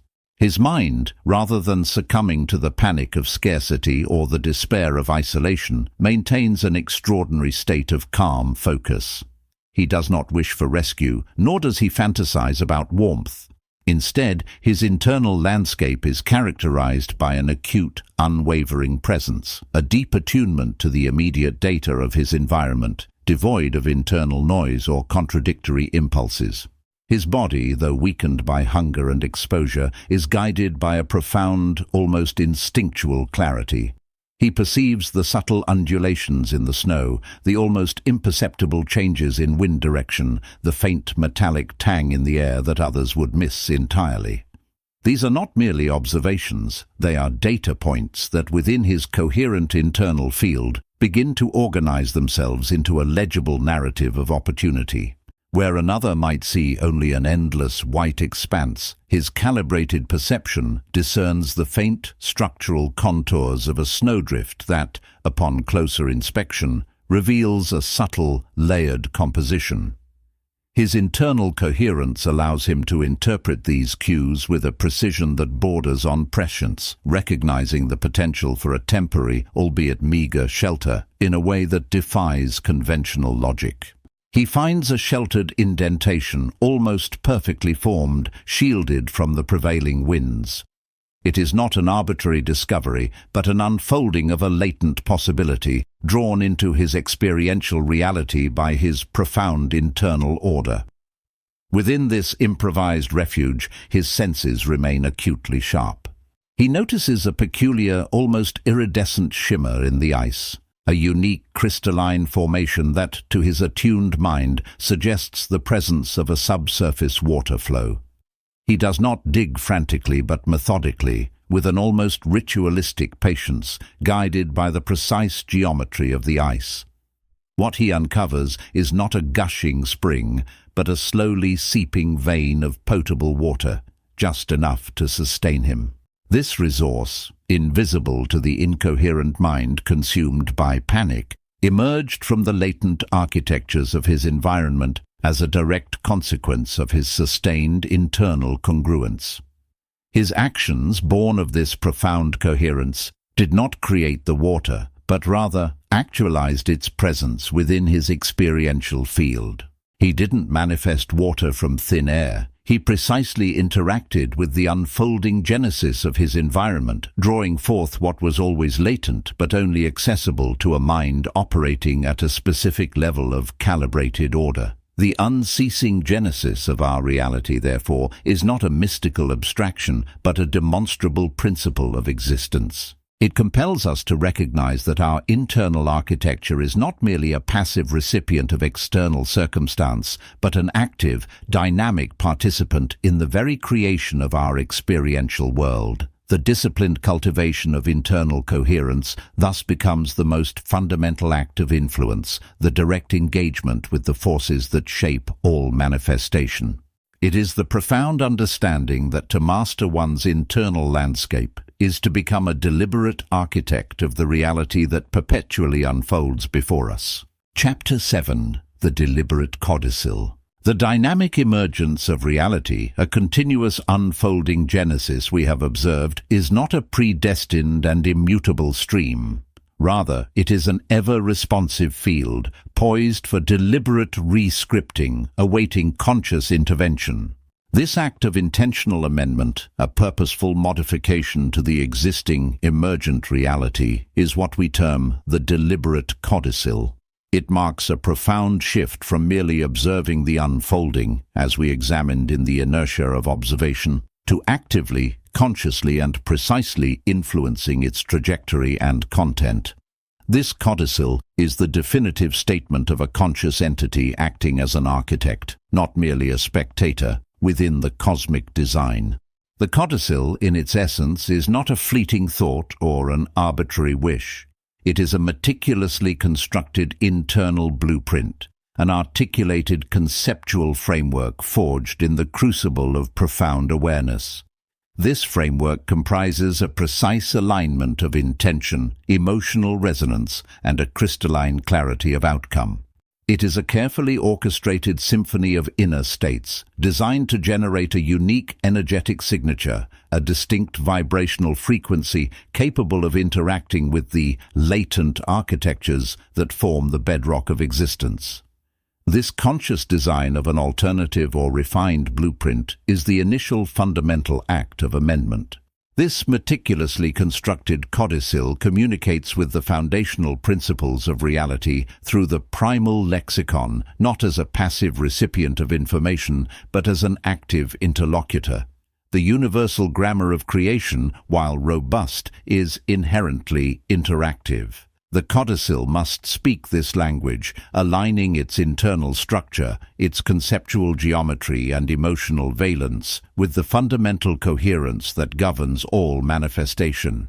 This demands an ontological attunement, a precise structural isomorphism that coheres with the fundamental syntax of reality, rendering the intended modification intelligible to the underlying field.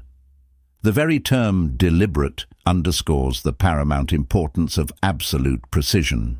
Vagueness in intention or diffuse emotional states inevitably produce outcomes that are equally unspecific or worse, contradictory. The deliberate codicil demands an acute focus, an unambiguous declaration issued from the deepest strata of one's being. This is not about superficial wants or ephemeral desires, but a profound, crystallized alignment of all inner faculties, intellect, emotion, and will, towards a singular, precisely defined outcome. It is the antithesis of scattered thought, demanding an internal rigor akin to the most exacting scientific formulation. A robust and coherent codicil, once fully articulated and continuously held, initiates a subtle yet powerful, localized field distortion within the quantum substrate.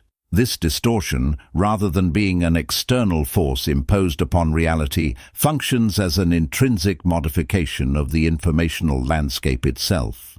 It subtly bends the probabilities of the unfolding genesis, guiding the emergence of potentials toward the specific amendment articulated by the codicil. It is as if the universe, in its perpetual state of becoming, receives a new set of parameters for a particular domain, influencing the likelihood of certain configurations over others. However, the act of forming a codicil is not a singular event, a one-time pronouncement whose effects are immediately and irrevocably set.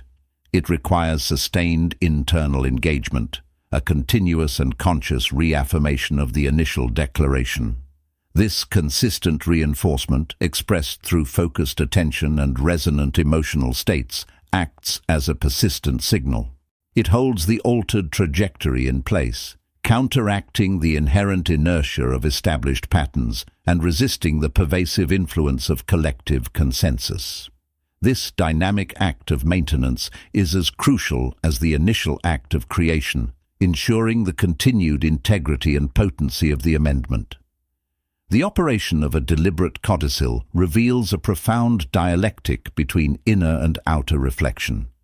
Its influence is not unidirectional.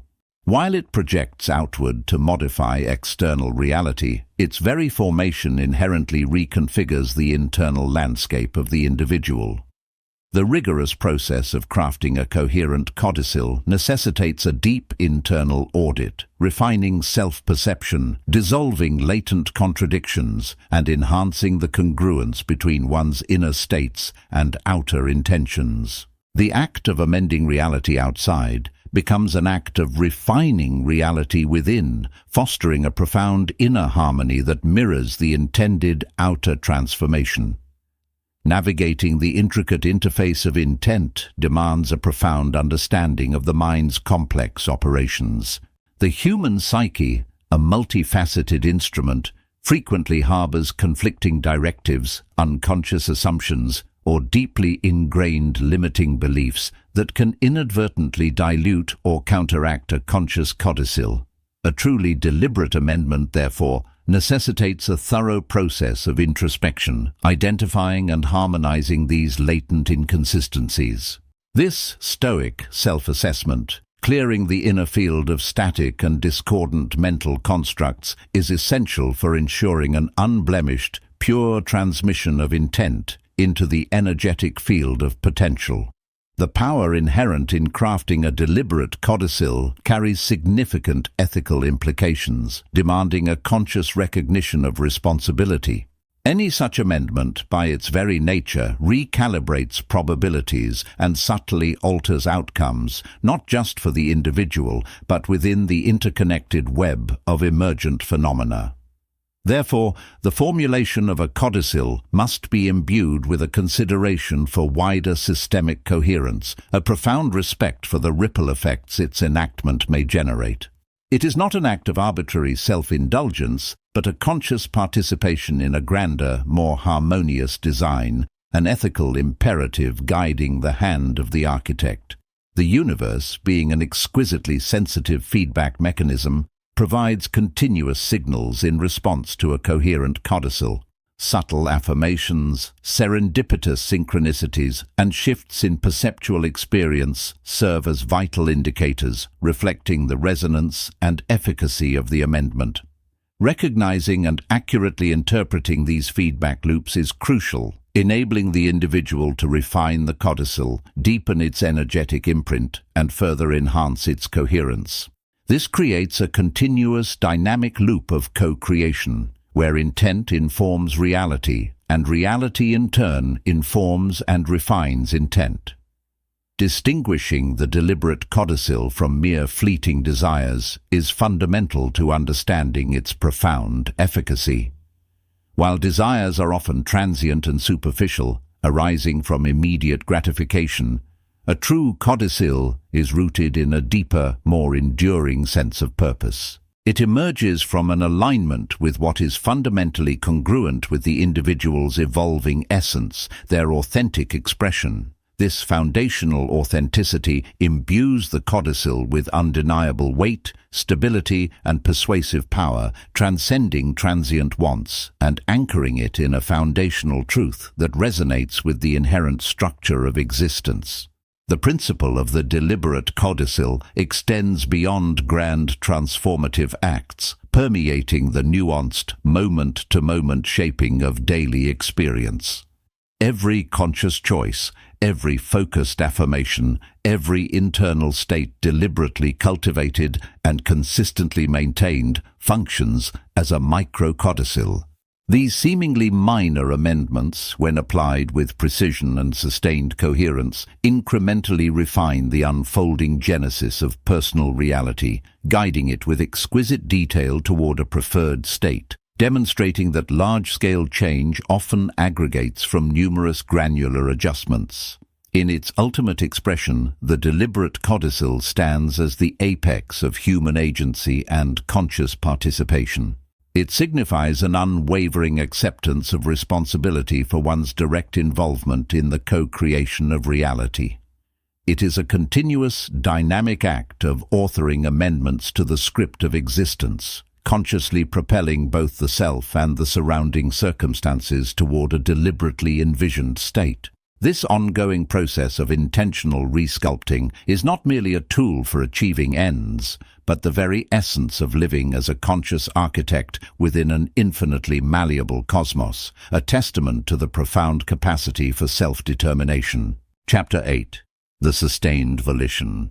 The deliberate codicil, that singular act of conscious recalibration, marks a pivotal initiation. It is the precise moment when the internal orientation establishes a new, specific bearing. Yet the unfolding of that reality, the traversing of the vast, probabilistic expanses, demands more than mere initial alignment. It requires a sustained, unwavering, energetic signature, the sustained volition. This is not the transient flash of inspiration, nor the momentary surge of decision, but the deep, resonant hum of an unyielding purpose maintained across the continuum of experience. It is the very essence of active, continuous creation, a deliberate commitment to a specific waveform within the field of infinite potential. The cosmos, in its deepest strata, operates as an intricate, self-structuring field, exquisitely attuned to focused, unwavering, energetic impress.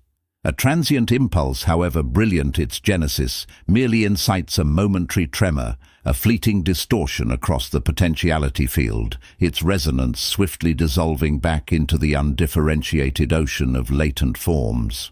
To distill a chosen actuality, to sculpt a definite outcome from the fluid plenum of what might be, demands a sustained, precisely calibrated efflux of vital force. This is the unwavering will, the conscious, resonant alignment of one's entire existential apparatus, moment by moment, day by day, affirming the desired configuration until its quantum potential collapses into indisputable fact. It stands as the generative impetus, translating the abstract design of the nascent intent into the manifest edifice of experienced existence, a continuous act of directed perception, precipitating the indeterminate into the concrete. Absent this steadfast momentum, the emergent probability remains unanchored, incapable of congealing into discrete form, lingering as but one phantom among infinite others. The very plasticity of reality itself craves this persistent, shaping impetus to assume its definitive contours.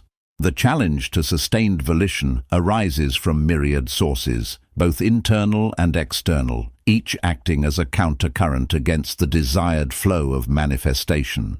Internally, doubt, distraction, and the inertial pull of established neural pathways function as entropic forces, seeking to dissolve the coherent, energetic signature. The mind, accustomed to its deeply ingrained cognitive topographies, naturally resists the unfamiliar terrain of a new directive, generating resistance through habitual thought patterns and emotional attachments to the known. This internal dissonance fragments the energetic output, creating a discordant signal that struggles to imprint itself upon the ambient field. Externally, the sheer stochasticity of the world, the unpredictable currents of circumstance, and the collective consensus projection of humanity exert significant counterpressures. These forces often present themselves as formidable obstacles, attempting to deflect the trajectory of one's intentionality. They are not malevolent, but simply manifestations of the universe's inherent tendency toward equilibrium, seeking to return any perturbation to its prior state of general potential. The mastery inherent in sustained volition lies not in eliminating these forces, which is an impossibility, but in understanding their nature, recognizing their influence without being consumed by it, and consistently applying a counterforce of focused, unwavering will. It is a continuous act of internal regulation against the external noise and internal resistance. Maintaining the quality of volition, its energetic coherence and fidelity, is paramount for effective manifestation. Imagine a single precise vibrational signature resonating from the core of one's being into the quantum field. If that signature wavers, if its frequency shifts even slightly, its directive becomes fractured, its precise imprint lost amidst the broader energetic background. Similarly, a volition infused with conflicting desires, fragmented attention, or flickering doubt becomes an incoherent signal. The universe, in its impartial reflection, cannot effectively respond to a fractured directive. It requires clarity, a singularity of purpose. This fidelity is not merely intellectual agreement, it is an internal resonance, a profound alignment of thought, emotion, and energetic output towards the chosen reality.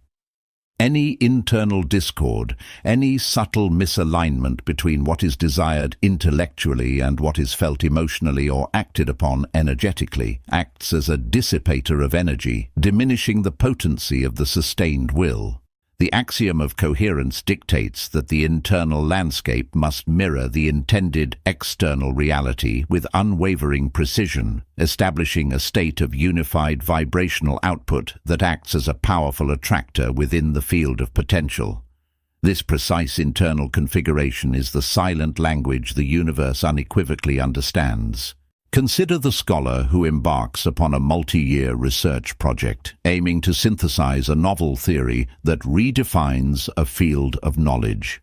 The deliberate codicil was the initial audacious decision to undertake such an immense intellectual endeavor, a commitment made with crystalline clarity and unwavering conviction. However, the intellectual terrain ahead is not effortlessly traversed by instant epiphanies.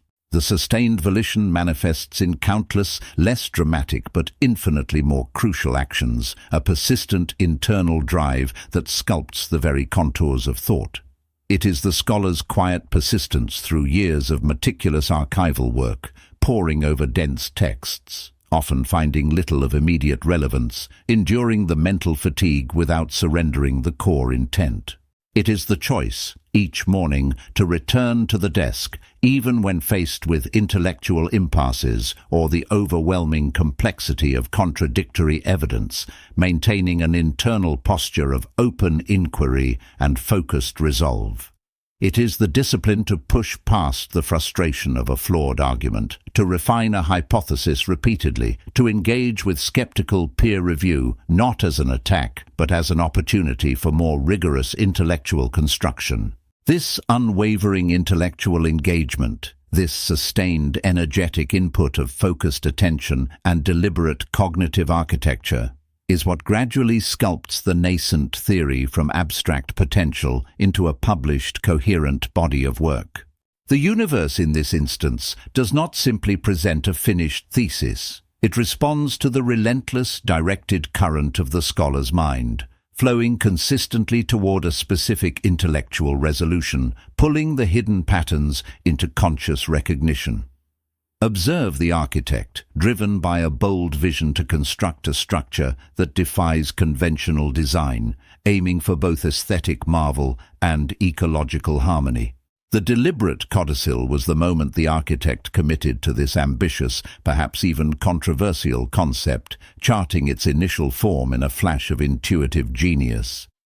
Yet, between that initial ideation and the towering reality lies a continuous act of sustained volition, an unceasing energetic projection. It is seen in the countless hours spent meticulously calculating load bearings under unforeseen geological conditions, impatiently engaging with municipal planning boards who resist innovation with bureaucratic inertia, in firmly but respectfully pushing back against budget cuts that would compromise the structural integrity or artistic intent of the design. It is evident in the exhaustive search for sustainable materials, in the iterative process of refining blueprints until every detail aligns perfectly with the foundational vision, maintaining an internal image of the finished structure with immutable clarity. Through supply chain disruptions, engineering challenges, and the inevitable skepticism of conventional minds, the architect's sustained will manifests as an unwavering commitment to the initial, profound directive. This persistent, directed energy, maintaining the integrity of the design through myriad pressures and adjustments, gradually pulls the abstract vision into concrete, steel, and glass, shaping the physical world in alignment with a deeply held purpose, compelling the very matter to conform to an internal energetic pattern, or reflect upon an individual committed to a profound journey of internal healing, aiming to overcome a chronic physical ailment that has long resisted conventional approaches. The initial deliberate codicil was the conscious decision to embark on this holistic trajectory, to recognize the body not merely as a collection of symptoms, but as a dynamic energetic system capable of profound self-correction. This is not a one-time declaration, it is a sustained, daily commitment of will, an ongoing act of self-directed biological orchestration. It manifests in the unwavering dedication to specific energetic practices, in the consistent application of mindful awareness to diet and movement, in the deliberate emotional clearing of long-held patterns, even when immediate physical shifts are not apparent. It requires a persistent recalibration of the internal state, actively choosing coherence over habitual disease, maintaining a mental landscape of wellness despite moments of discomfort or external skepticism, effectively overriding the default neural programming of illness. The body, as a physical manifestation of the energetic field, responds to this steady, coherent input over time, gradually aligning its cellular processes with the sustained directive of the individual's potent, healing volition. This is not a passive waiting, but an active, continuous engagement with the field of one's own being, a masterful internal repatterning. These are not acts of grand, singular heroism, but rather the cumulative effect of countless small, deliberate choices, each reinforcing the chosen trajectory. This sustained application of will is intrinsically linked to stoic endurance. It is the profound understanding that while external circumstances may fluctuate wildly, the internal locus of one's volition remains perpetually within one's control.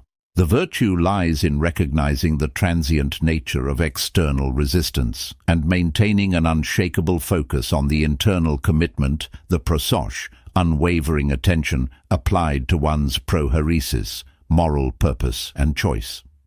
It is the discipline of action, not merely of thought, the consistent dedication to what is within one's power, the maintenance of one's inner state, and the continuous application of one's will. This persistent effort, this perseverantia, is the bedrock upon which new realities are constructed, a testament to the power of a mind disciplined and directed, refusing to yield its inner citadel to external pressures. What often goes unacknowledged is the amplification effect of sustained volition, a non-linear process that transcends simple accumulation. It is not merely a constant maintenance, it is a cumulative, self-reinforcing process that fundamentally alters the probabilistic terrain.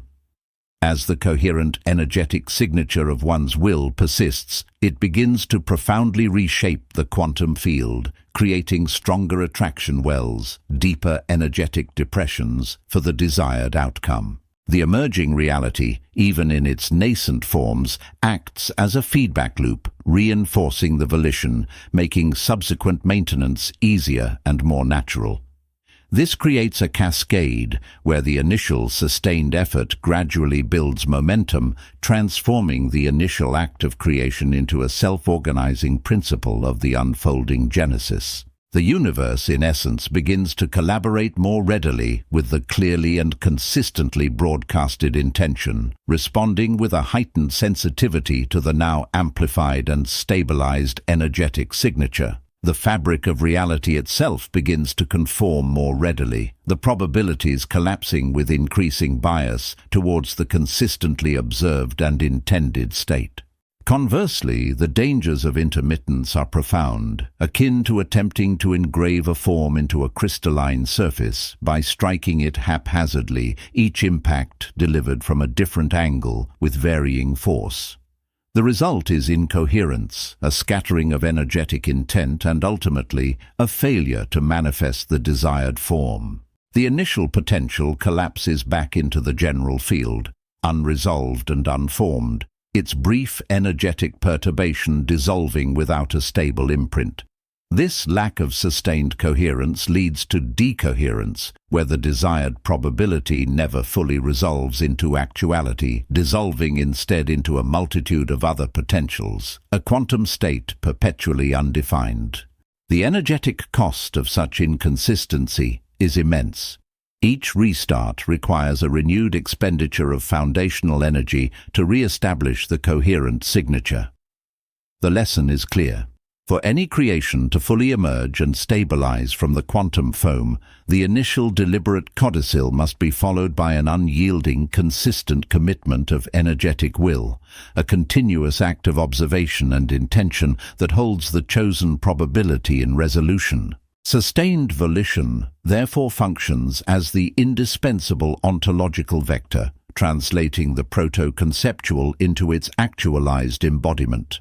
It represents the unceasing deliberative interaction with the domain of pure potency, guaranteeing that a selected stratum of reality not merely arises but achieves enduring persistence, establishing itself as an undeniable truth within the observer's experiential framework. This continuous application of focused intent constitutes the fundamental animating force, transmuting the immanent into the manifest, the probabilistic into the definitive. It is the silent, indefatigable impetus that architects existence from latency, constructing novel phenomenal formations from the elemental substrate of directed consciousness, rendering the unperceived discernible and the unconstituted defined. Chapter 9. The Archetype's Imprint. Beyond the deliberate codicils etched into personal reality and the sustained volition that sculpts individual experience lies a deeper substratum, a universal reservoir of form and impulse. This is not merely a psychological landscape, but a metaphysical blueprint, an echoing resonance within the very fabric of existence itself. We speak now of the archetype's imprint, the fundamental patterns, both luminous and shadowed, that serve as the primal molds for all manifestations, from the grand narratives of civilizations to the intimate contours of individual destinies. These archetypes are not human inventions, nor are they mere cultural constructs. They are, instead, discovered principles, inherent energy matrices woven into the latent architectures of the cosmos, much like the foundational constants of physics. They pre-exist human consciousness, yet are articulated through it, acting as energetic templates that shape not only our perceptions, but the very possibilities available within the quantum field. Think of them as the foundational algorithms of reality, perpetually running, perpetually influencing, offering a lexicon of universal symbols and relationships. They are the core ideas, the immutable forms, Plato's eidos given dynamic, living substance. Each archetype represents a complete spectrum of potentiality, a nucleus of meaning, purpose, and energetic charge. The hero, the sage, the destroyer, the mother, the trickster, these are not characters in a story, but fundamental modes of being, fields of influence that attract, repel, and organize phenomena around them. They are omnipresent, surfacing in mythologies across disparate cultures, in dreams, in synchronistic events, and in the recurring patterns of human behavior. Their persistence across epochs and geographies suggests an origin deeper than mere societal conditioning. It points to a common root in the unified field of consciousness, an unspoken agreement coded into the operating system of existence itself. The potency of an archetype lies in its capacity to organize and attract. When an individual's internal state aligns with an archetypal pattern, whether consciously or unconsciously, they become a conduit, a focal point for that archetype's energies. This alignment is not passive, it is an active participation. The sustained volition, meticulously discussed earlier, acts as the primary mechanism for this engagement. It is the deliberate, focused intention that tunes the individual's frequency to resonate with a specific archetypal matrix, drawing forth its qualities, its challenges, and its inherent trajectory into the manifest world. Without this directed will, the archetypal field remains a diffuse potential, a silent hum in the background. With it, the field becomes animated, projected, made real through the individual's choices and actions. Consider the archetype of the innovator. It is not merely a desire for novelty, but a fundamental urge to break existing molds, to envision new structures, to forge new paths where none existed. This archetype carries with it the energy of creation, disruption, and pioneering spirit. When sustained volition is directed towards innovation, an individual doesn't merely think about new ideas. They begin to perceive reality through the lens of novel solutions, identifying gaps, synthesizing disparate elements, and relentlessly pursuing the actualization of what has not yet been. The field of the innovator archetype then begins to coalesce around them, attracting resources, serendipitous encounters, and opportunities that facilitate radical change. It is not an external force dictating their actions, but an internal alignment that amplifies their capacity to reshape the existing consensus projection. This interaction extends beyond personal manifestation. When a collective body, a nation, an organization, a movement, aligns its sustained volition with a dominant archetypal current, its impact becomes exponentially magnified. The collective consciousness then acts as a vast projector, drawing immense energy from the archetypal field and imprinting it onto the shared reality. This can manifest as periods of profound transformation, cultural renaissance, or even societal upheaval, depending on the nature of the archetypal energy invoked. The axiom of coherence finds its ultimate expression here, as countless individual wills, consciously or unconsciously attuned to the same fundamental pattern, begin to cohere into a singular, overwhelming force that reshapes the unfolding genesis of their world. The shadow aspect of an archetype is equally potent, a necessary complement to its light. It represents the unintegrated, distorted, or repressed dimensions of that same fundamental pattern. The hero without self-awareness can descend into the tyrant, the sage into the hermit consumed by isolation, the innovator into the destroyer obsessed with annihilation for its own sake. When sustained volition is unknowingly directed by these shadow currents, the resulting manifestation is often destructive, leading to cycles of self-sabotage, conflict, and stagnation. The conscious engagement with archetypes, therefore, demands an introspective rigor, a deliberate confrontation with the entirety of the pattern, embracing both its generative and its disruptive potentials, transforming shadow into integrated strength. This process is not about eliminating the shadow, but about understanding its function, integrating its lessons, and directing its raw energy towards constructive ends. The sustained application of volition to an archetypal matrix reveals an intimate truth. We are not merely actors upon a stage, but active participants in the design of the stage itself. Through our focused intention, we invoke the deeper principles, the foundational forms, and imbue them with life, shaping not just our immediate circumstances, but the very archetypal fields themselves. We become co-creators, not in the sense of originating patterns, but in the sense of activating, manifesting, and evolving their expression within the stream of experience. This is the profound responsibility inherent in conscious existence, the capacity to call forth the most potent universal forces and align them with a deliberate codicil for reality.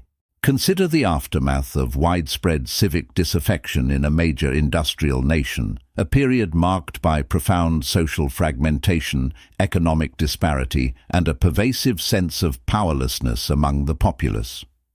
The existing political structures appeared sclerotic, unable to respond to the accelerating pace of change or the deepening societal divides. Hope was a fading commodity, replaced by cynicism and a quiet despair.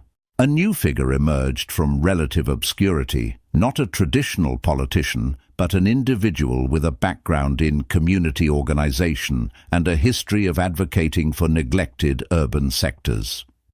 This person spoke not of policy amendments or incremental reforms, but of unity, of shared purpose, of rebuilding the fundamental bonds that hold a society together. Their public discourse consistently invoked the inherent strength of the individual, the imperative of collective responsibility, and the possibility of a grand civic reawakening. Their rhetoric was devoid of partisan attacks, instead focusing on universal principles of mutual aid, respect, and collaborative vision. What transpired was a sustained alignment with the archetype of the unifier, not merely as a political strategy, but as a deeply held internal commitment. The sustained volition of this individual, focused relentlessly on fostering cohesion and empowering local initiatives, began to draw immense energy from this archetypal field. Each speech, each policy proposal, each community outreach effort was meticulously designed to reinforce the notion of a collective overcoming division. This wasn't an abstract ideal, it was presented as an immediate, tangible project demanding active participation from every citizen. The leader's unwavering insistence on finding common ground, on elevating shared values above fractional interests, acted as a powerful magnet. Gradually, seemingly insurmountable barriers of distrust began to erode. Local groups, previously isolated and ineffectual, found a new centralizing force and a clear narrative framework to channel their efforts. Economic initiatives, once stalled by bureaucratic inertia, found renewed impetus through grassroots collaboration and a shared sense of ownership. The subtle, yet profound shift occurred as the collective consciousness of the nation, sensing the authenticity and the unwavering commitment to this unifying archetype, began to resonate with it. The consensus projection, once fractured by suspicion and isolation, started to cohere around a vision of renewed communal strength. The nation, through this sustained invocation, began to rewrite its own unfolding genesis, not through force or decree, but through the conscious and sustained activation of a foundational pattern for collective harmony. The archetype's imprint became visible, not in abstract philosophy, but in the rebuilt bridges of trust between communities, in the revitalized local economies, and in the renewed civic participation that transcended previous divides. Such instances illuminate a profound truth. The archetypes are not passive blueprints awaiting discovery, but active forces awaiting engagement. They offer the foundational grammar for reality's composition, and through the deliberate cultivation of sustained volition, we gain the capacity to not merely observe their play, but to consciously participate in their activation and direction.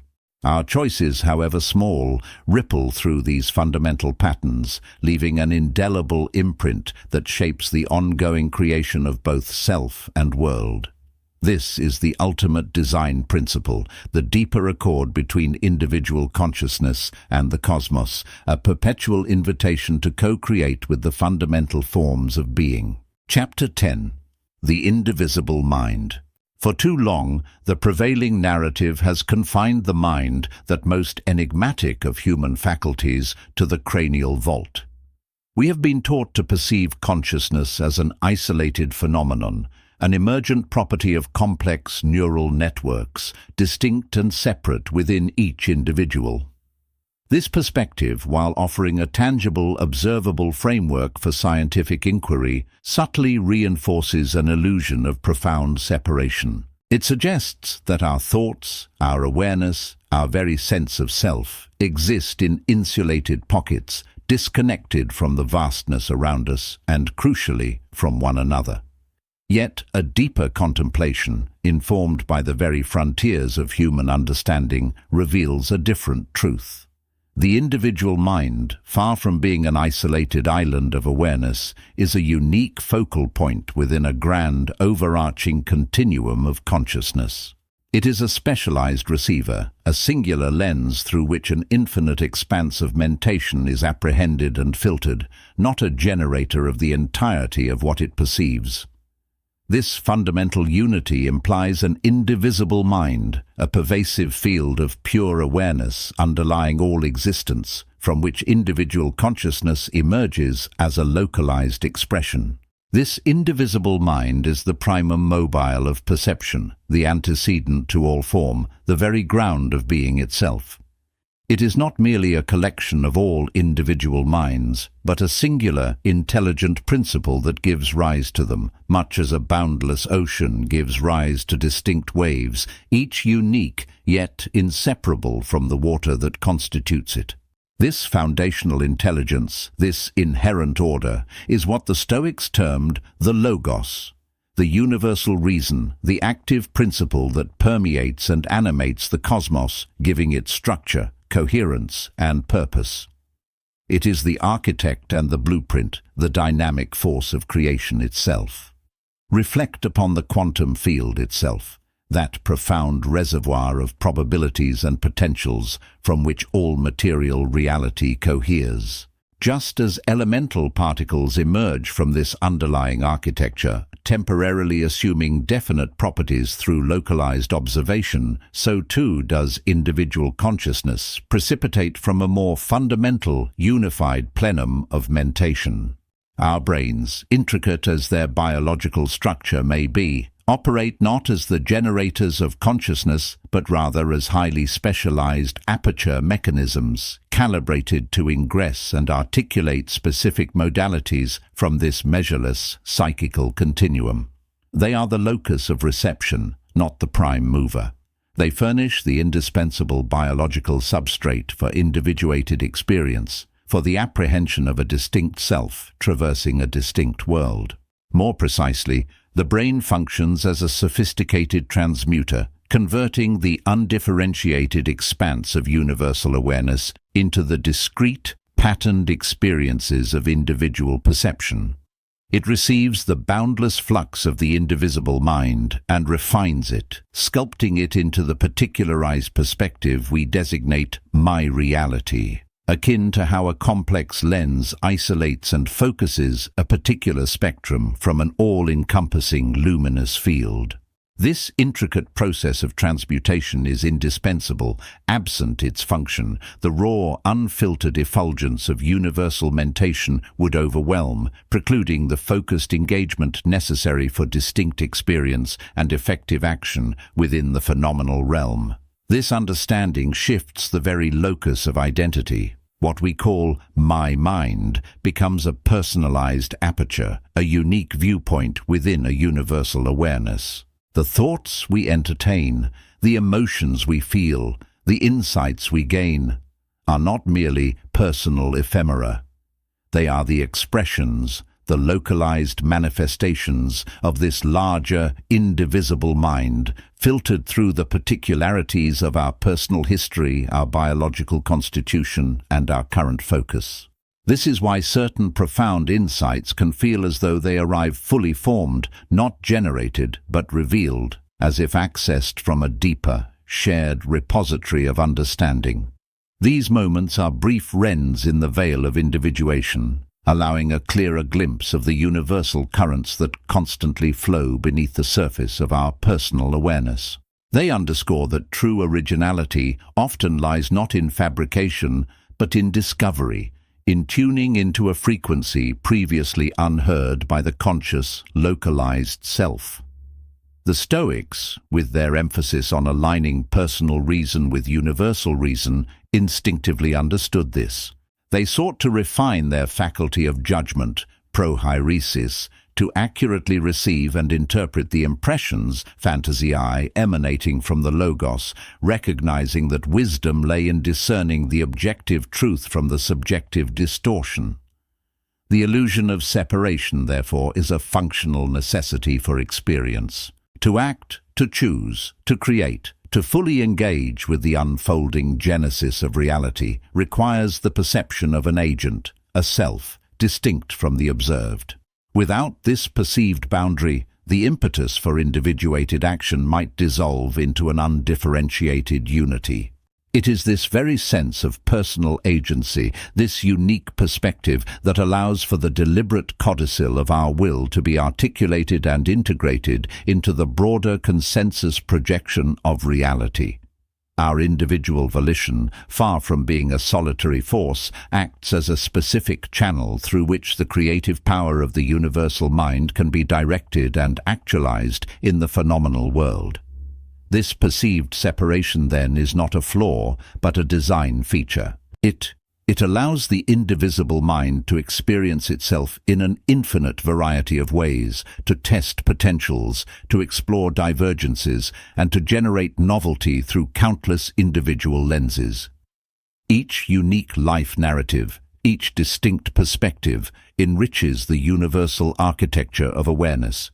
The individual's prohairesis, that inner citadel of choice and judgment, becomes the critical nexus where the universal impulse for creation is either affirmed and channeled coherently or obscured and fragmented by attachment to external indifference. This interconnectedness transcends mere metaphorical language.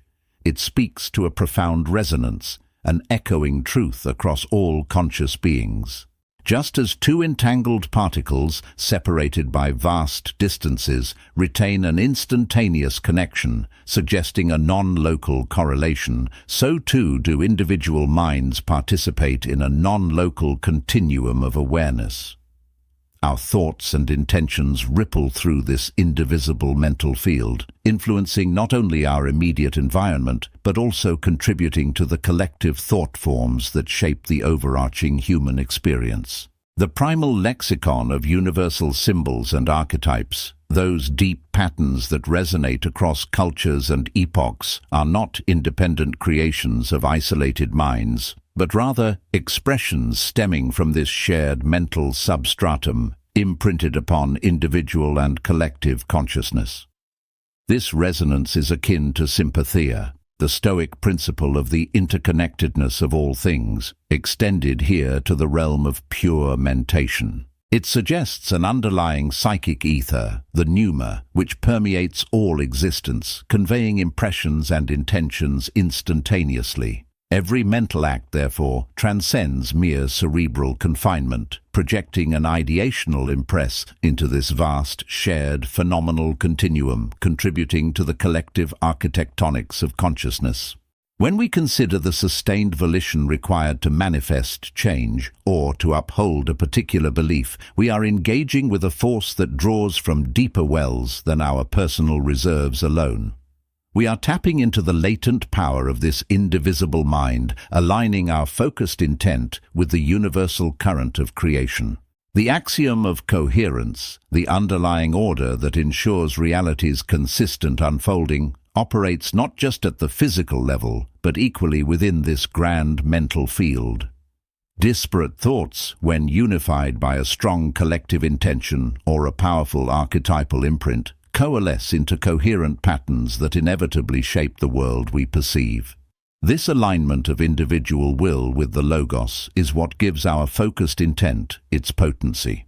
The Stoics recognized that to live in accordance with nature, to live virtuously, was to align one's inner disposition and actions with the rational order of the cosmos.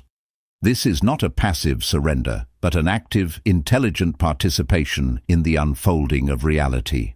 When our proheresis is pure, free from irrational passions and grounded in objective reason, it becomes a clear conduit for the creative impulse of the indivisible mind, manifesting a reality that reflects its inherent order and beauty.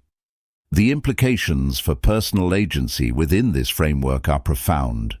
It means that your individual mental states are not merely private affairs. They are active contributions to the greater mental environment.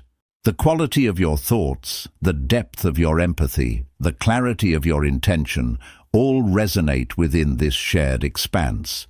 To cultivate a mind steeped in virtue, in wisdom, in tranquility, as Stoicism urges, is not solely for personal benefit.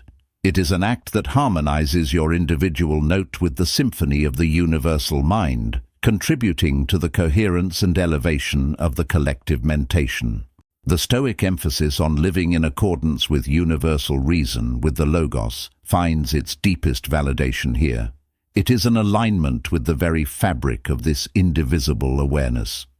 Each cardinal virtue, wisdom, justice, courage, temperance, serves as a specific facet of this alignment.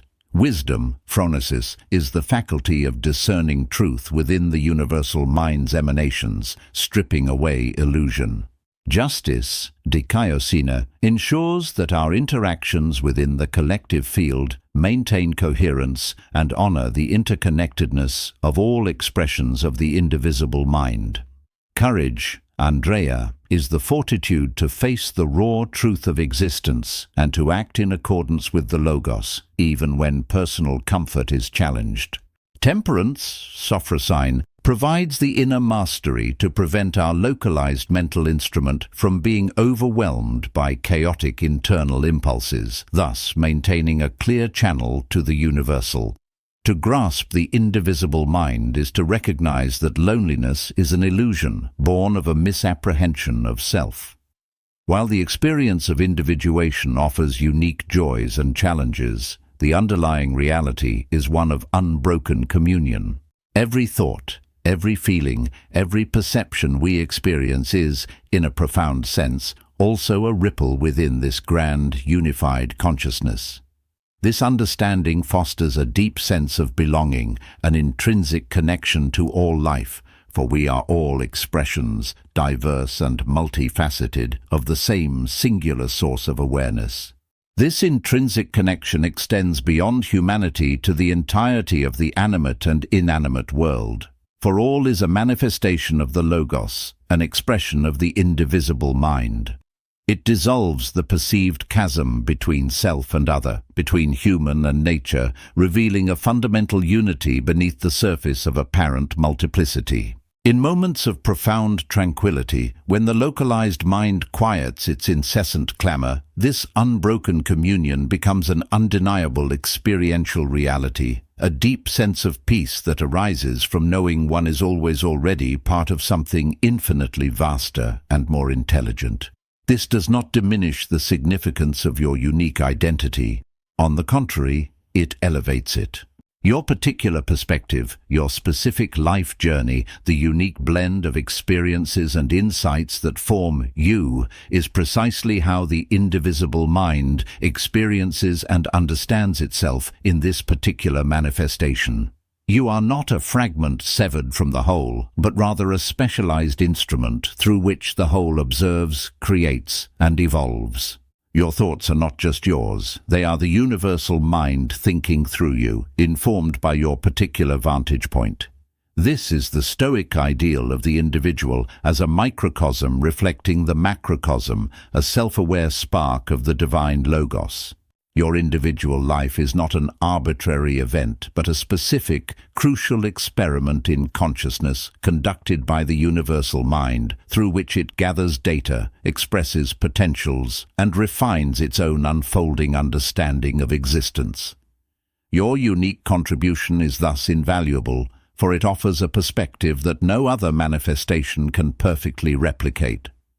The challenge, then, is to transcend the habitual confines of perceived separation. It demands a deliberate shift in perspective, moving from identifying solely with the localized instrument, the brain and its egoic constructs, to recognizing the vast, unified field of which it is an expression. This shift entails a profound letting go of the ego's insistence on absolute autonomy and a courageous embrace of an interconnected existence. It requires an active cultivation of inner stillness, a quieting of the incessant chatter of the localized mind, to better attune to the deeper currents of universal wisdom accessible within this larger mental continuum. This is the path of ataraxia and apatheia, stoic tranquility and freedom from disturbing passions, which are not ends in themselves, but conditions for clearer perception. By detaching from external events and internal emotional turbulence, we reduce the noise in our individual receiver, allowing the signal of the indivisible mind, the logos, to come through with greater clarity and coherence. It is a process of purifying the lens of perception, enabling us to see reality as it truly is, in its interconnected totality, rather than through the distorting filters of personal desires and fears. The practice of aligning with the indivisible mind begins with conscious awareness of thought itself. Observe the arising and passing of thoughts not as personal possessions, but as transient forms within a larger mental space. Recognize that the source of an inspired idea, a sudden insight, or a spontaneous act of compassion may extend beyond the confines of your personal mental history. Cultivate a sense of deep listening, an openness to impressions and understandings that seem to emanate from beyond your immediate conscious awareness. This is not about passive reception, but active attunement, a conscious effort to broaden your perceptual aperture. This active attunement is the essence of what the Stoics called living according to nature. It involves a constant, disciplined interrogation of our impressions, asking, is this thought aligned with universal reason? Does this action serve the greater good of the cosmos? By regularly engaging in such self-examination, by honing our faculty of judgment, we become more skilled at differentiating the whispers of the universal mind from the clamor of our conditioned ego. We develop the spiritual acuity to perceive the underlying order in the apparent chaos of existence. Empathy, in this light, transforms from a mere moral imperative into an experiential reality. To feel another's joy or sorrow is not simply an act of imaginative projection, it is a direct resonance, a recognition of shared mental ground. When you connect deeply with another, you are not merely bridging the gap between two separate entities, you are recognizing the fundamental unity that underpins both. This understanding dissolves the foundations of prejudice, dissolves the impulse for division, and strengthens the inherent capacity for collective harmonious action. This is oikeiosis, the Stoic concept of self-ownership expanding to include others and eventually all of humanity, based on our shared participation in reason. It is the natural extension of recognizing the indivisible mind. If all consciousness is fundamentally one, then harm to another is a discord within the greater symphony, a disruption in the very fabric of universal awareness. Empathy becomes not an act of will, but an inevitable consequence of clear perception, an intuitive recognition of shared identity within the vastness of the logos. Your personal journey, therefore, gains an amplified significance.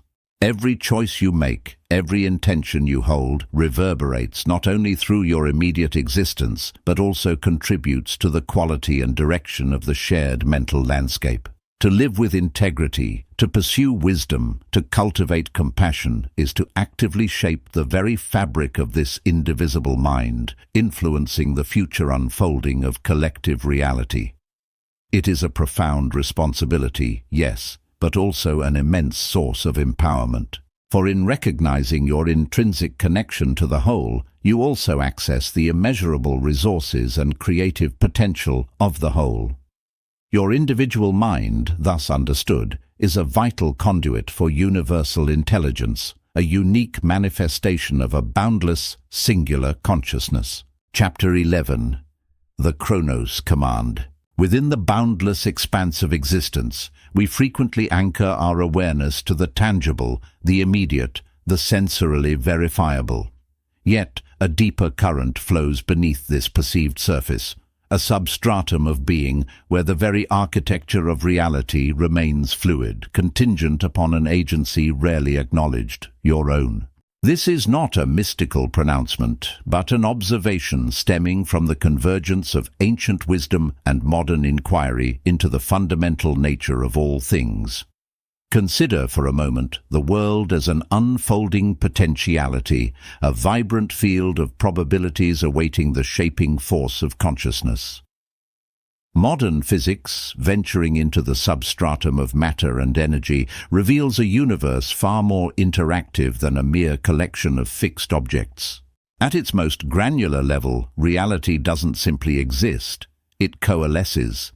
Elementary particles, the foundational units of everything we perceive, do not possess definitive properties, location, momentum, spin, until they are observed, or, more accurately, until they interact with an observational system.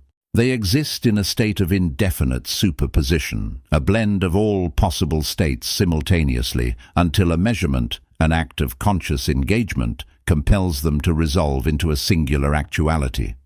This isn't just an arcane quirk of the quantum realm, it's a profound echo of a truth that ancient philosophies have long intuited, that the act of perceiving is not a passive reception of information, but an active participation in the generation of reality itself. This insight, stripped of its scientific nomenclature, reveals a radical premise about our place in the cosmos. We are not merely inhabitants of a predetermined world, but co-architects of its manifest form. The external objective world, in its deepest essence, is less a rigid scaffold and more a dynamic canvas upon which our internal state, our focal point of attention, and our interpretive frameworks incessantly paint. This shifts the locus of causality, not away from external events entirely but profoundly inward. It posits that while the raw material of existence may be given, its specific configuration, its felt experience, and its meaning are largely products of our inner workings. Here, the timeless wisdom of Stoicism finds its most fertile ground. If the world is, at its foundational level, a field of potentiality responsive to consciousness, then the Stoic imperative to distinguish between what is within our control and what is beyond it takes on an entirely new dimension. It transcends mere psychological resilience. It becomes a metaphysical directive. We do not merely react to an unchangeable external world. We are, in a very real sense, continually bringing forth the specific iteration of that world we experience. The Stoic emphasis on the prohairesis, the faculty of choice or moral will, is not just about choosing our response to fixed events. It is about choosing the interpretive lens through which those events, as experienced phenomena, are constructed. The external circumstances themselves, those events that seem to simply happen to us, are the raw data, the undifferentiated probabilities. But the meaning we ascribe to them, the emotional resonance they evoke, the narrative into which they are woven, these are entirely products of our inner dominion. A sudden downpour, for example, is merely water descending from the sky. To one, it is a catastrophic disruption. To another, a welcome refreshment. To a third, a neutral atmospheric condition. The rain itself does not dictate these vastly different subjective realities.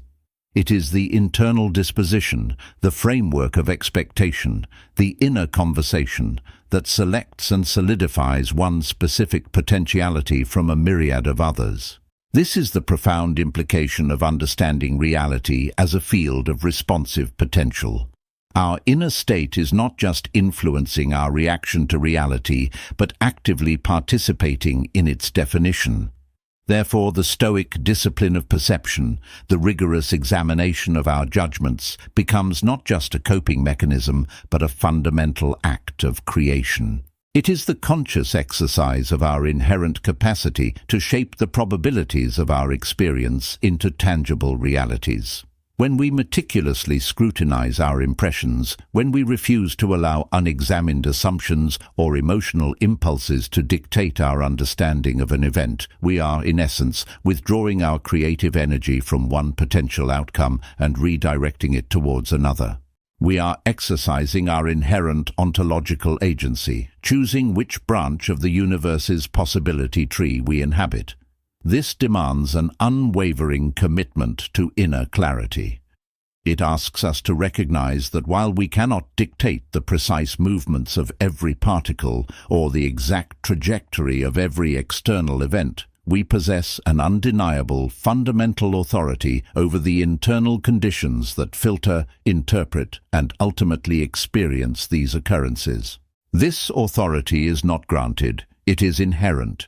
It is the very engine of our conscious existence.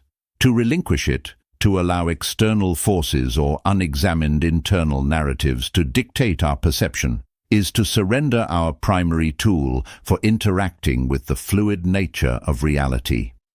The distinction between what is truly external and what is internal begins to blur at this profound level. What we often label as external reality is, at least in its experienced form, an unyielding convergence between universal potential and individual consciousness. The external provides the prompts, the raw, undifferentiated data. Our internal landscape provides the context, the meaning, the focus, and the collapse into a specific, felt reality.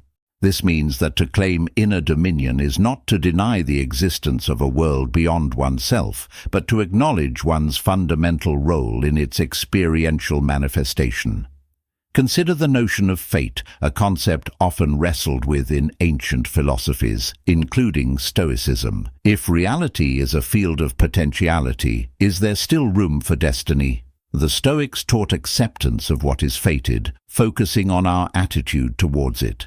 From a metaphysical perspective, this acceptance gains new depth. Fate is not a rigid, pre-written script that unfolds regardless of our input. Rather, it can be understood as the aggregate probability, the statistical likelihood of certain potentials coalescing given the collective and individual patterns of consciousness. Our conscious choices, our internal dispositions, our directed attention, while appearing small in the vastness of the cosmos, are profoundly significant precisely because they add a unique vector to this field of probabilities. Each conscious decision, each deliberate interpretation, subtly but surely nudges the universe towards a specific unfolding. This perspective elevates the individual's responsibility far beyond mere moral conduct. It positions us as active participants in the ongoing creation of what is. The discipline of desire, another cornerstone of Stoic practice, becomes less about suppressing natural impulses and more about aligning our deepest intentions with the realities we wish to manifest.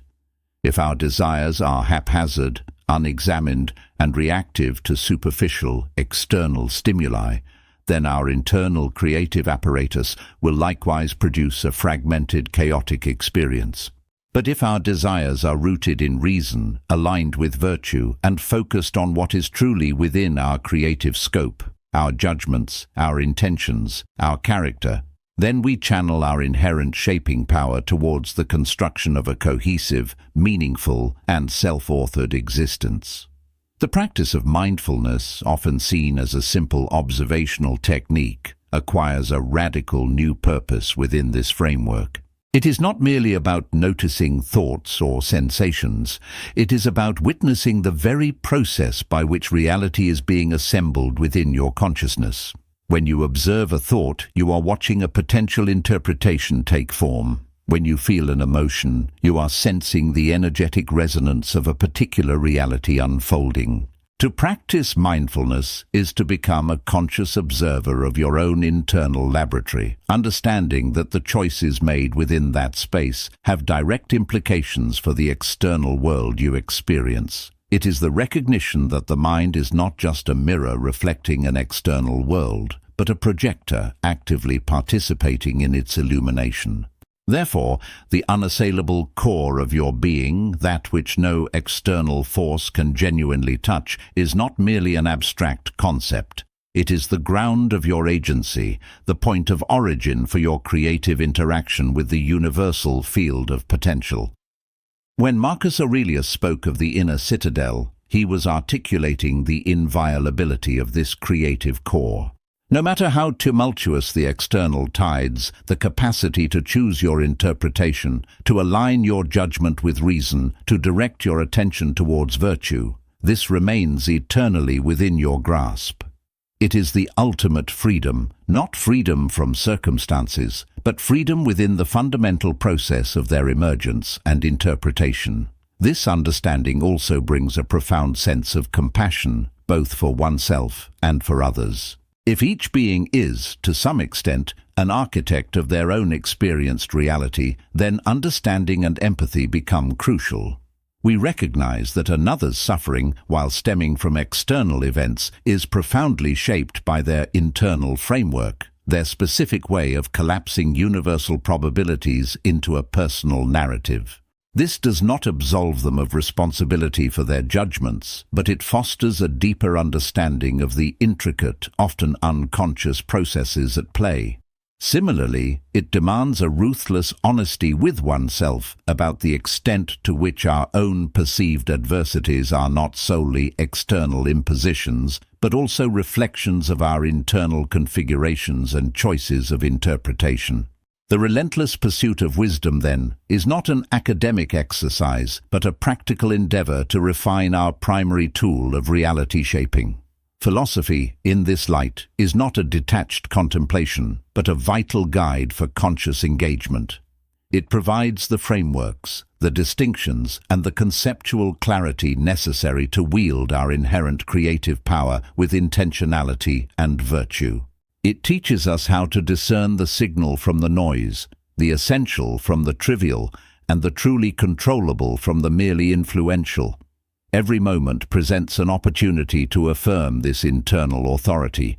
Each choice, no matter how small, is a vote cast in the ongoing election of which reality you will inhabit. Will you allow your interpretations to be dictated by fleeting impressions, societal expectations, or unconscious biases? Or will you consciously engage your faculty of reason, align your judgments with what is true and virtuous, and deliberately participate in the unfolding of an existence that reflects your highest principles? The answer to this question does not lie in some distant future or an external decree. It lies in the continuous moment-by-moment exercise of your profound foundational autonomy. This is the profound implication of understanding that reality is not merely given, but is, in a very real and fundamental sense, continually given forth by the discerning and creative power residing within you. Chapter 12. The Architect's Unveiling. We have navigated the subtle currents of perception, explored the hidden architectures awaiting activation, deciphered collective influence, and commanded the very cadence of time. Yet, these profound understandings, however transformative, are mere facets of a deeper, singular revelation. Beneath the mastery over the temporal flow, beneath the recognition of the mind's formative power, there lies a fundamental truth, a core principle from which these capacities emerge, the conscious entity as the direct orchestrator of its experiential continuum. The cosmos is not a preordained decree, nor a stage with fixed backdrops upon which the drama of life unfolds. It is, instead, an infinitely malleable medium, a dynamic field of pure, undifferentiated potential. Envision not a void, but an expanse of unmanifested possibility, a silent reservoir awaiting the inscription of form. This is the basal register of existence, a boundless flux where all that can be resides in a state of indefinite latency. It lacks inherent design until consciousness, with its precise and singular focus, activates it. This engagement is not merely observational, it is fundamentally generative. The profound error, long perpetuated by limited frameworks, was perceiving this field as external, a reality out there, to be discovered and adapted to. The true unveiling reveals it as an extension, a formless corollary of the internal landscape of consciousness itself. Your mind, therefore, is not simply a projector aimed at a distant screen, but the very instrument that sculpts raw, unformed potential into tangible actuality. It is the architect's hand upon the unhewn stone of reality. The mechanics of this architecture operate through principles of coherence and resonant frequency. Every thought, every deeply rooted conviction, every sustained emotional state projects a singular configurative quality, a set of directives that directly informs this basal register. Consider it the internal lexicon, the primal language through which conscious intention communicates with the unmanifested. This is not about wishing, nor about passive expectation. It is about an active, directed emanation, a deliberate transmission that compels the formless to cohere into definition. When thought achieves a specific gravitas, when it is held with unwavering focus and imbued with a coherent emotional resonance, not a fleeting sentiment, but a deep, enduring internal conviction, it acts as a directive pulse within the quantum field. This pulse causes the undifferentiated potential to align, to condense, extracting from its infinite probabilities those specific arrangements that mirror the original conscious input. It is akin to a crystalline structure emerging from a supersaturated solution, its form dictated by the invisible molecular template. The external world, therefore, does not merely reflect your internal state. It is, in its essence, a direct physical manifestation of your most deeply held and consistently transmitted conscious directives. The implication of this understanding is staggering. It asserts that what we consider reality is not a fixed entity to which we must conform, but a perpetually emergent consequence of our collective and individual conscious activity. The architect, then, is not some distant, omnipotent entity, but the very essence of the conscious self, inherent within each individual and expressed through the cumulative power of shared focus.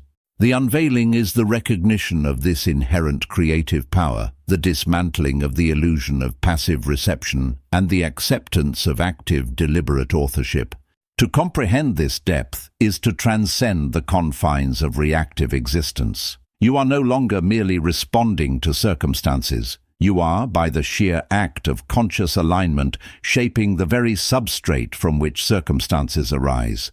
This is the ultimate freedom, the knowledge that your internal state is not just influential, but formative. It is the command center, the design studio, the forge where the molten potential of existence is poured into the molds of your experience. This process is continuous, relentless. Even in states of unconsciousness or disarray, consciousness continues its architectural function, albeit haphazardly. Unconscious fears, unresolved conflicts, incoherent desires, they too radiate their frequencies, extracting manifestations that mirror their chaotic origins.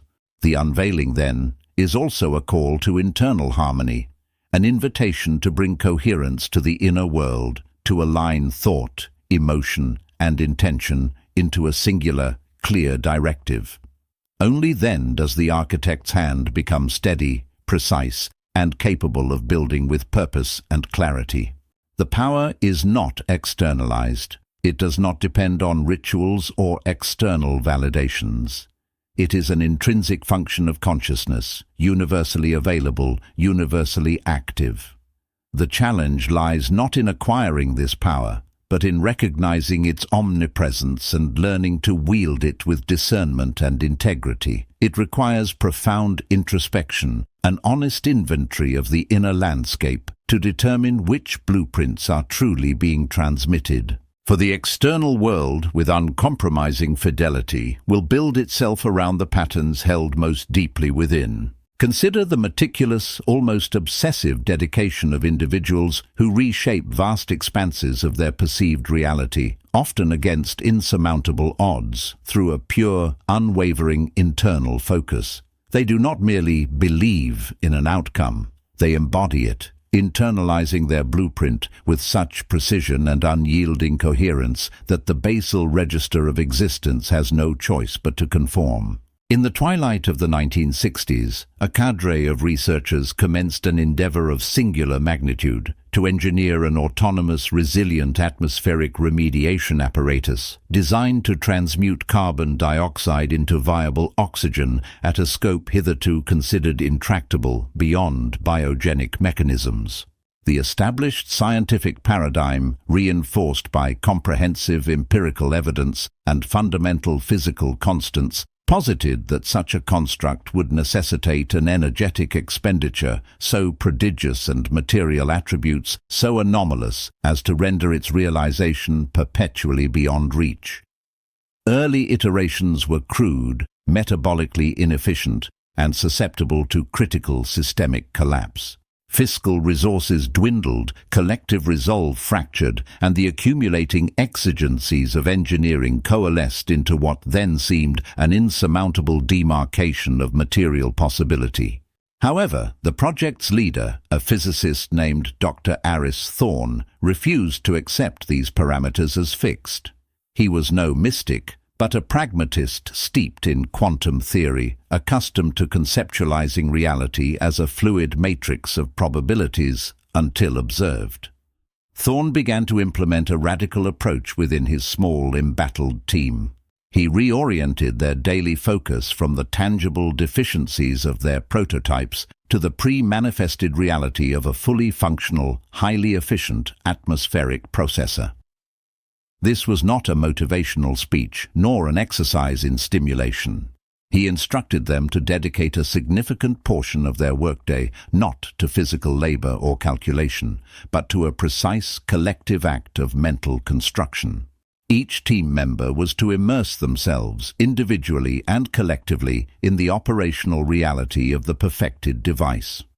They were to visualize its precise inner workings, the stable flow of gases, the clean hum of its energy converters, the exact molecular restructuring occurring within its chambers. They focused not on how they would achieve it, but on the absolute certainty of its already achieved, fully operational state.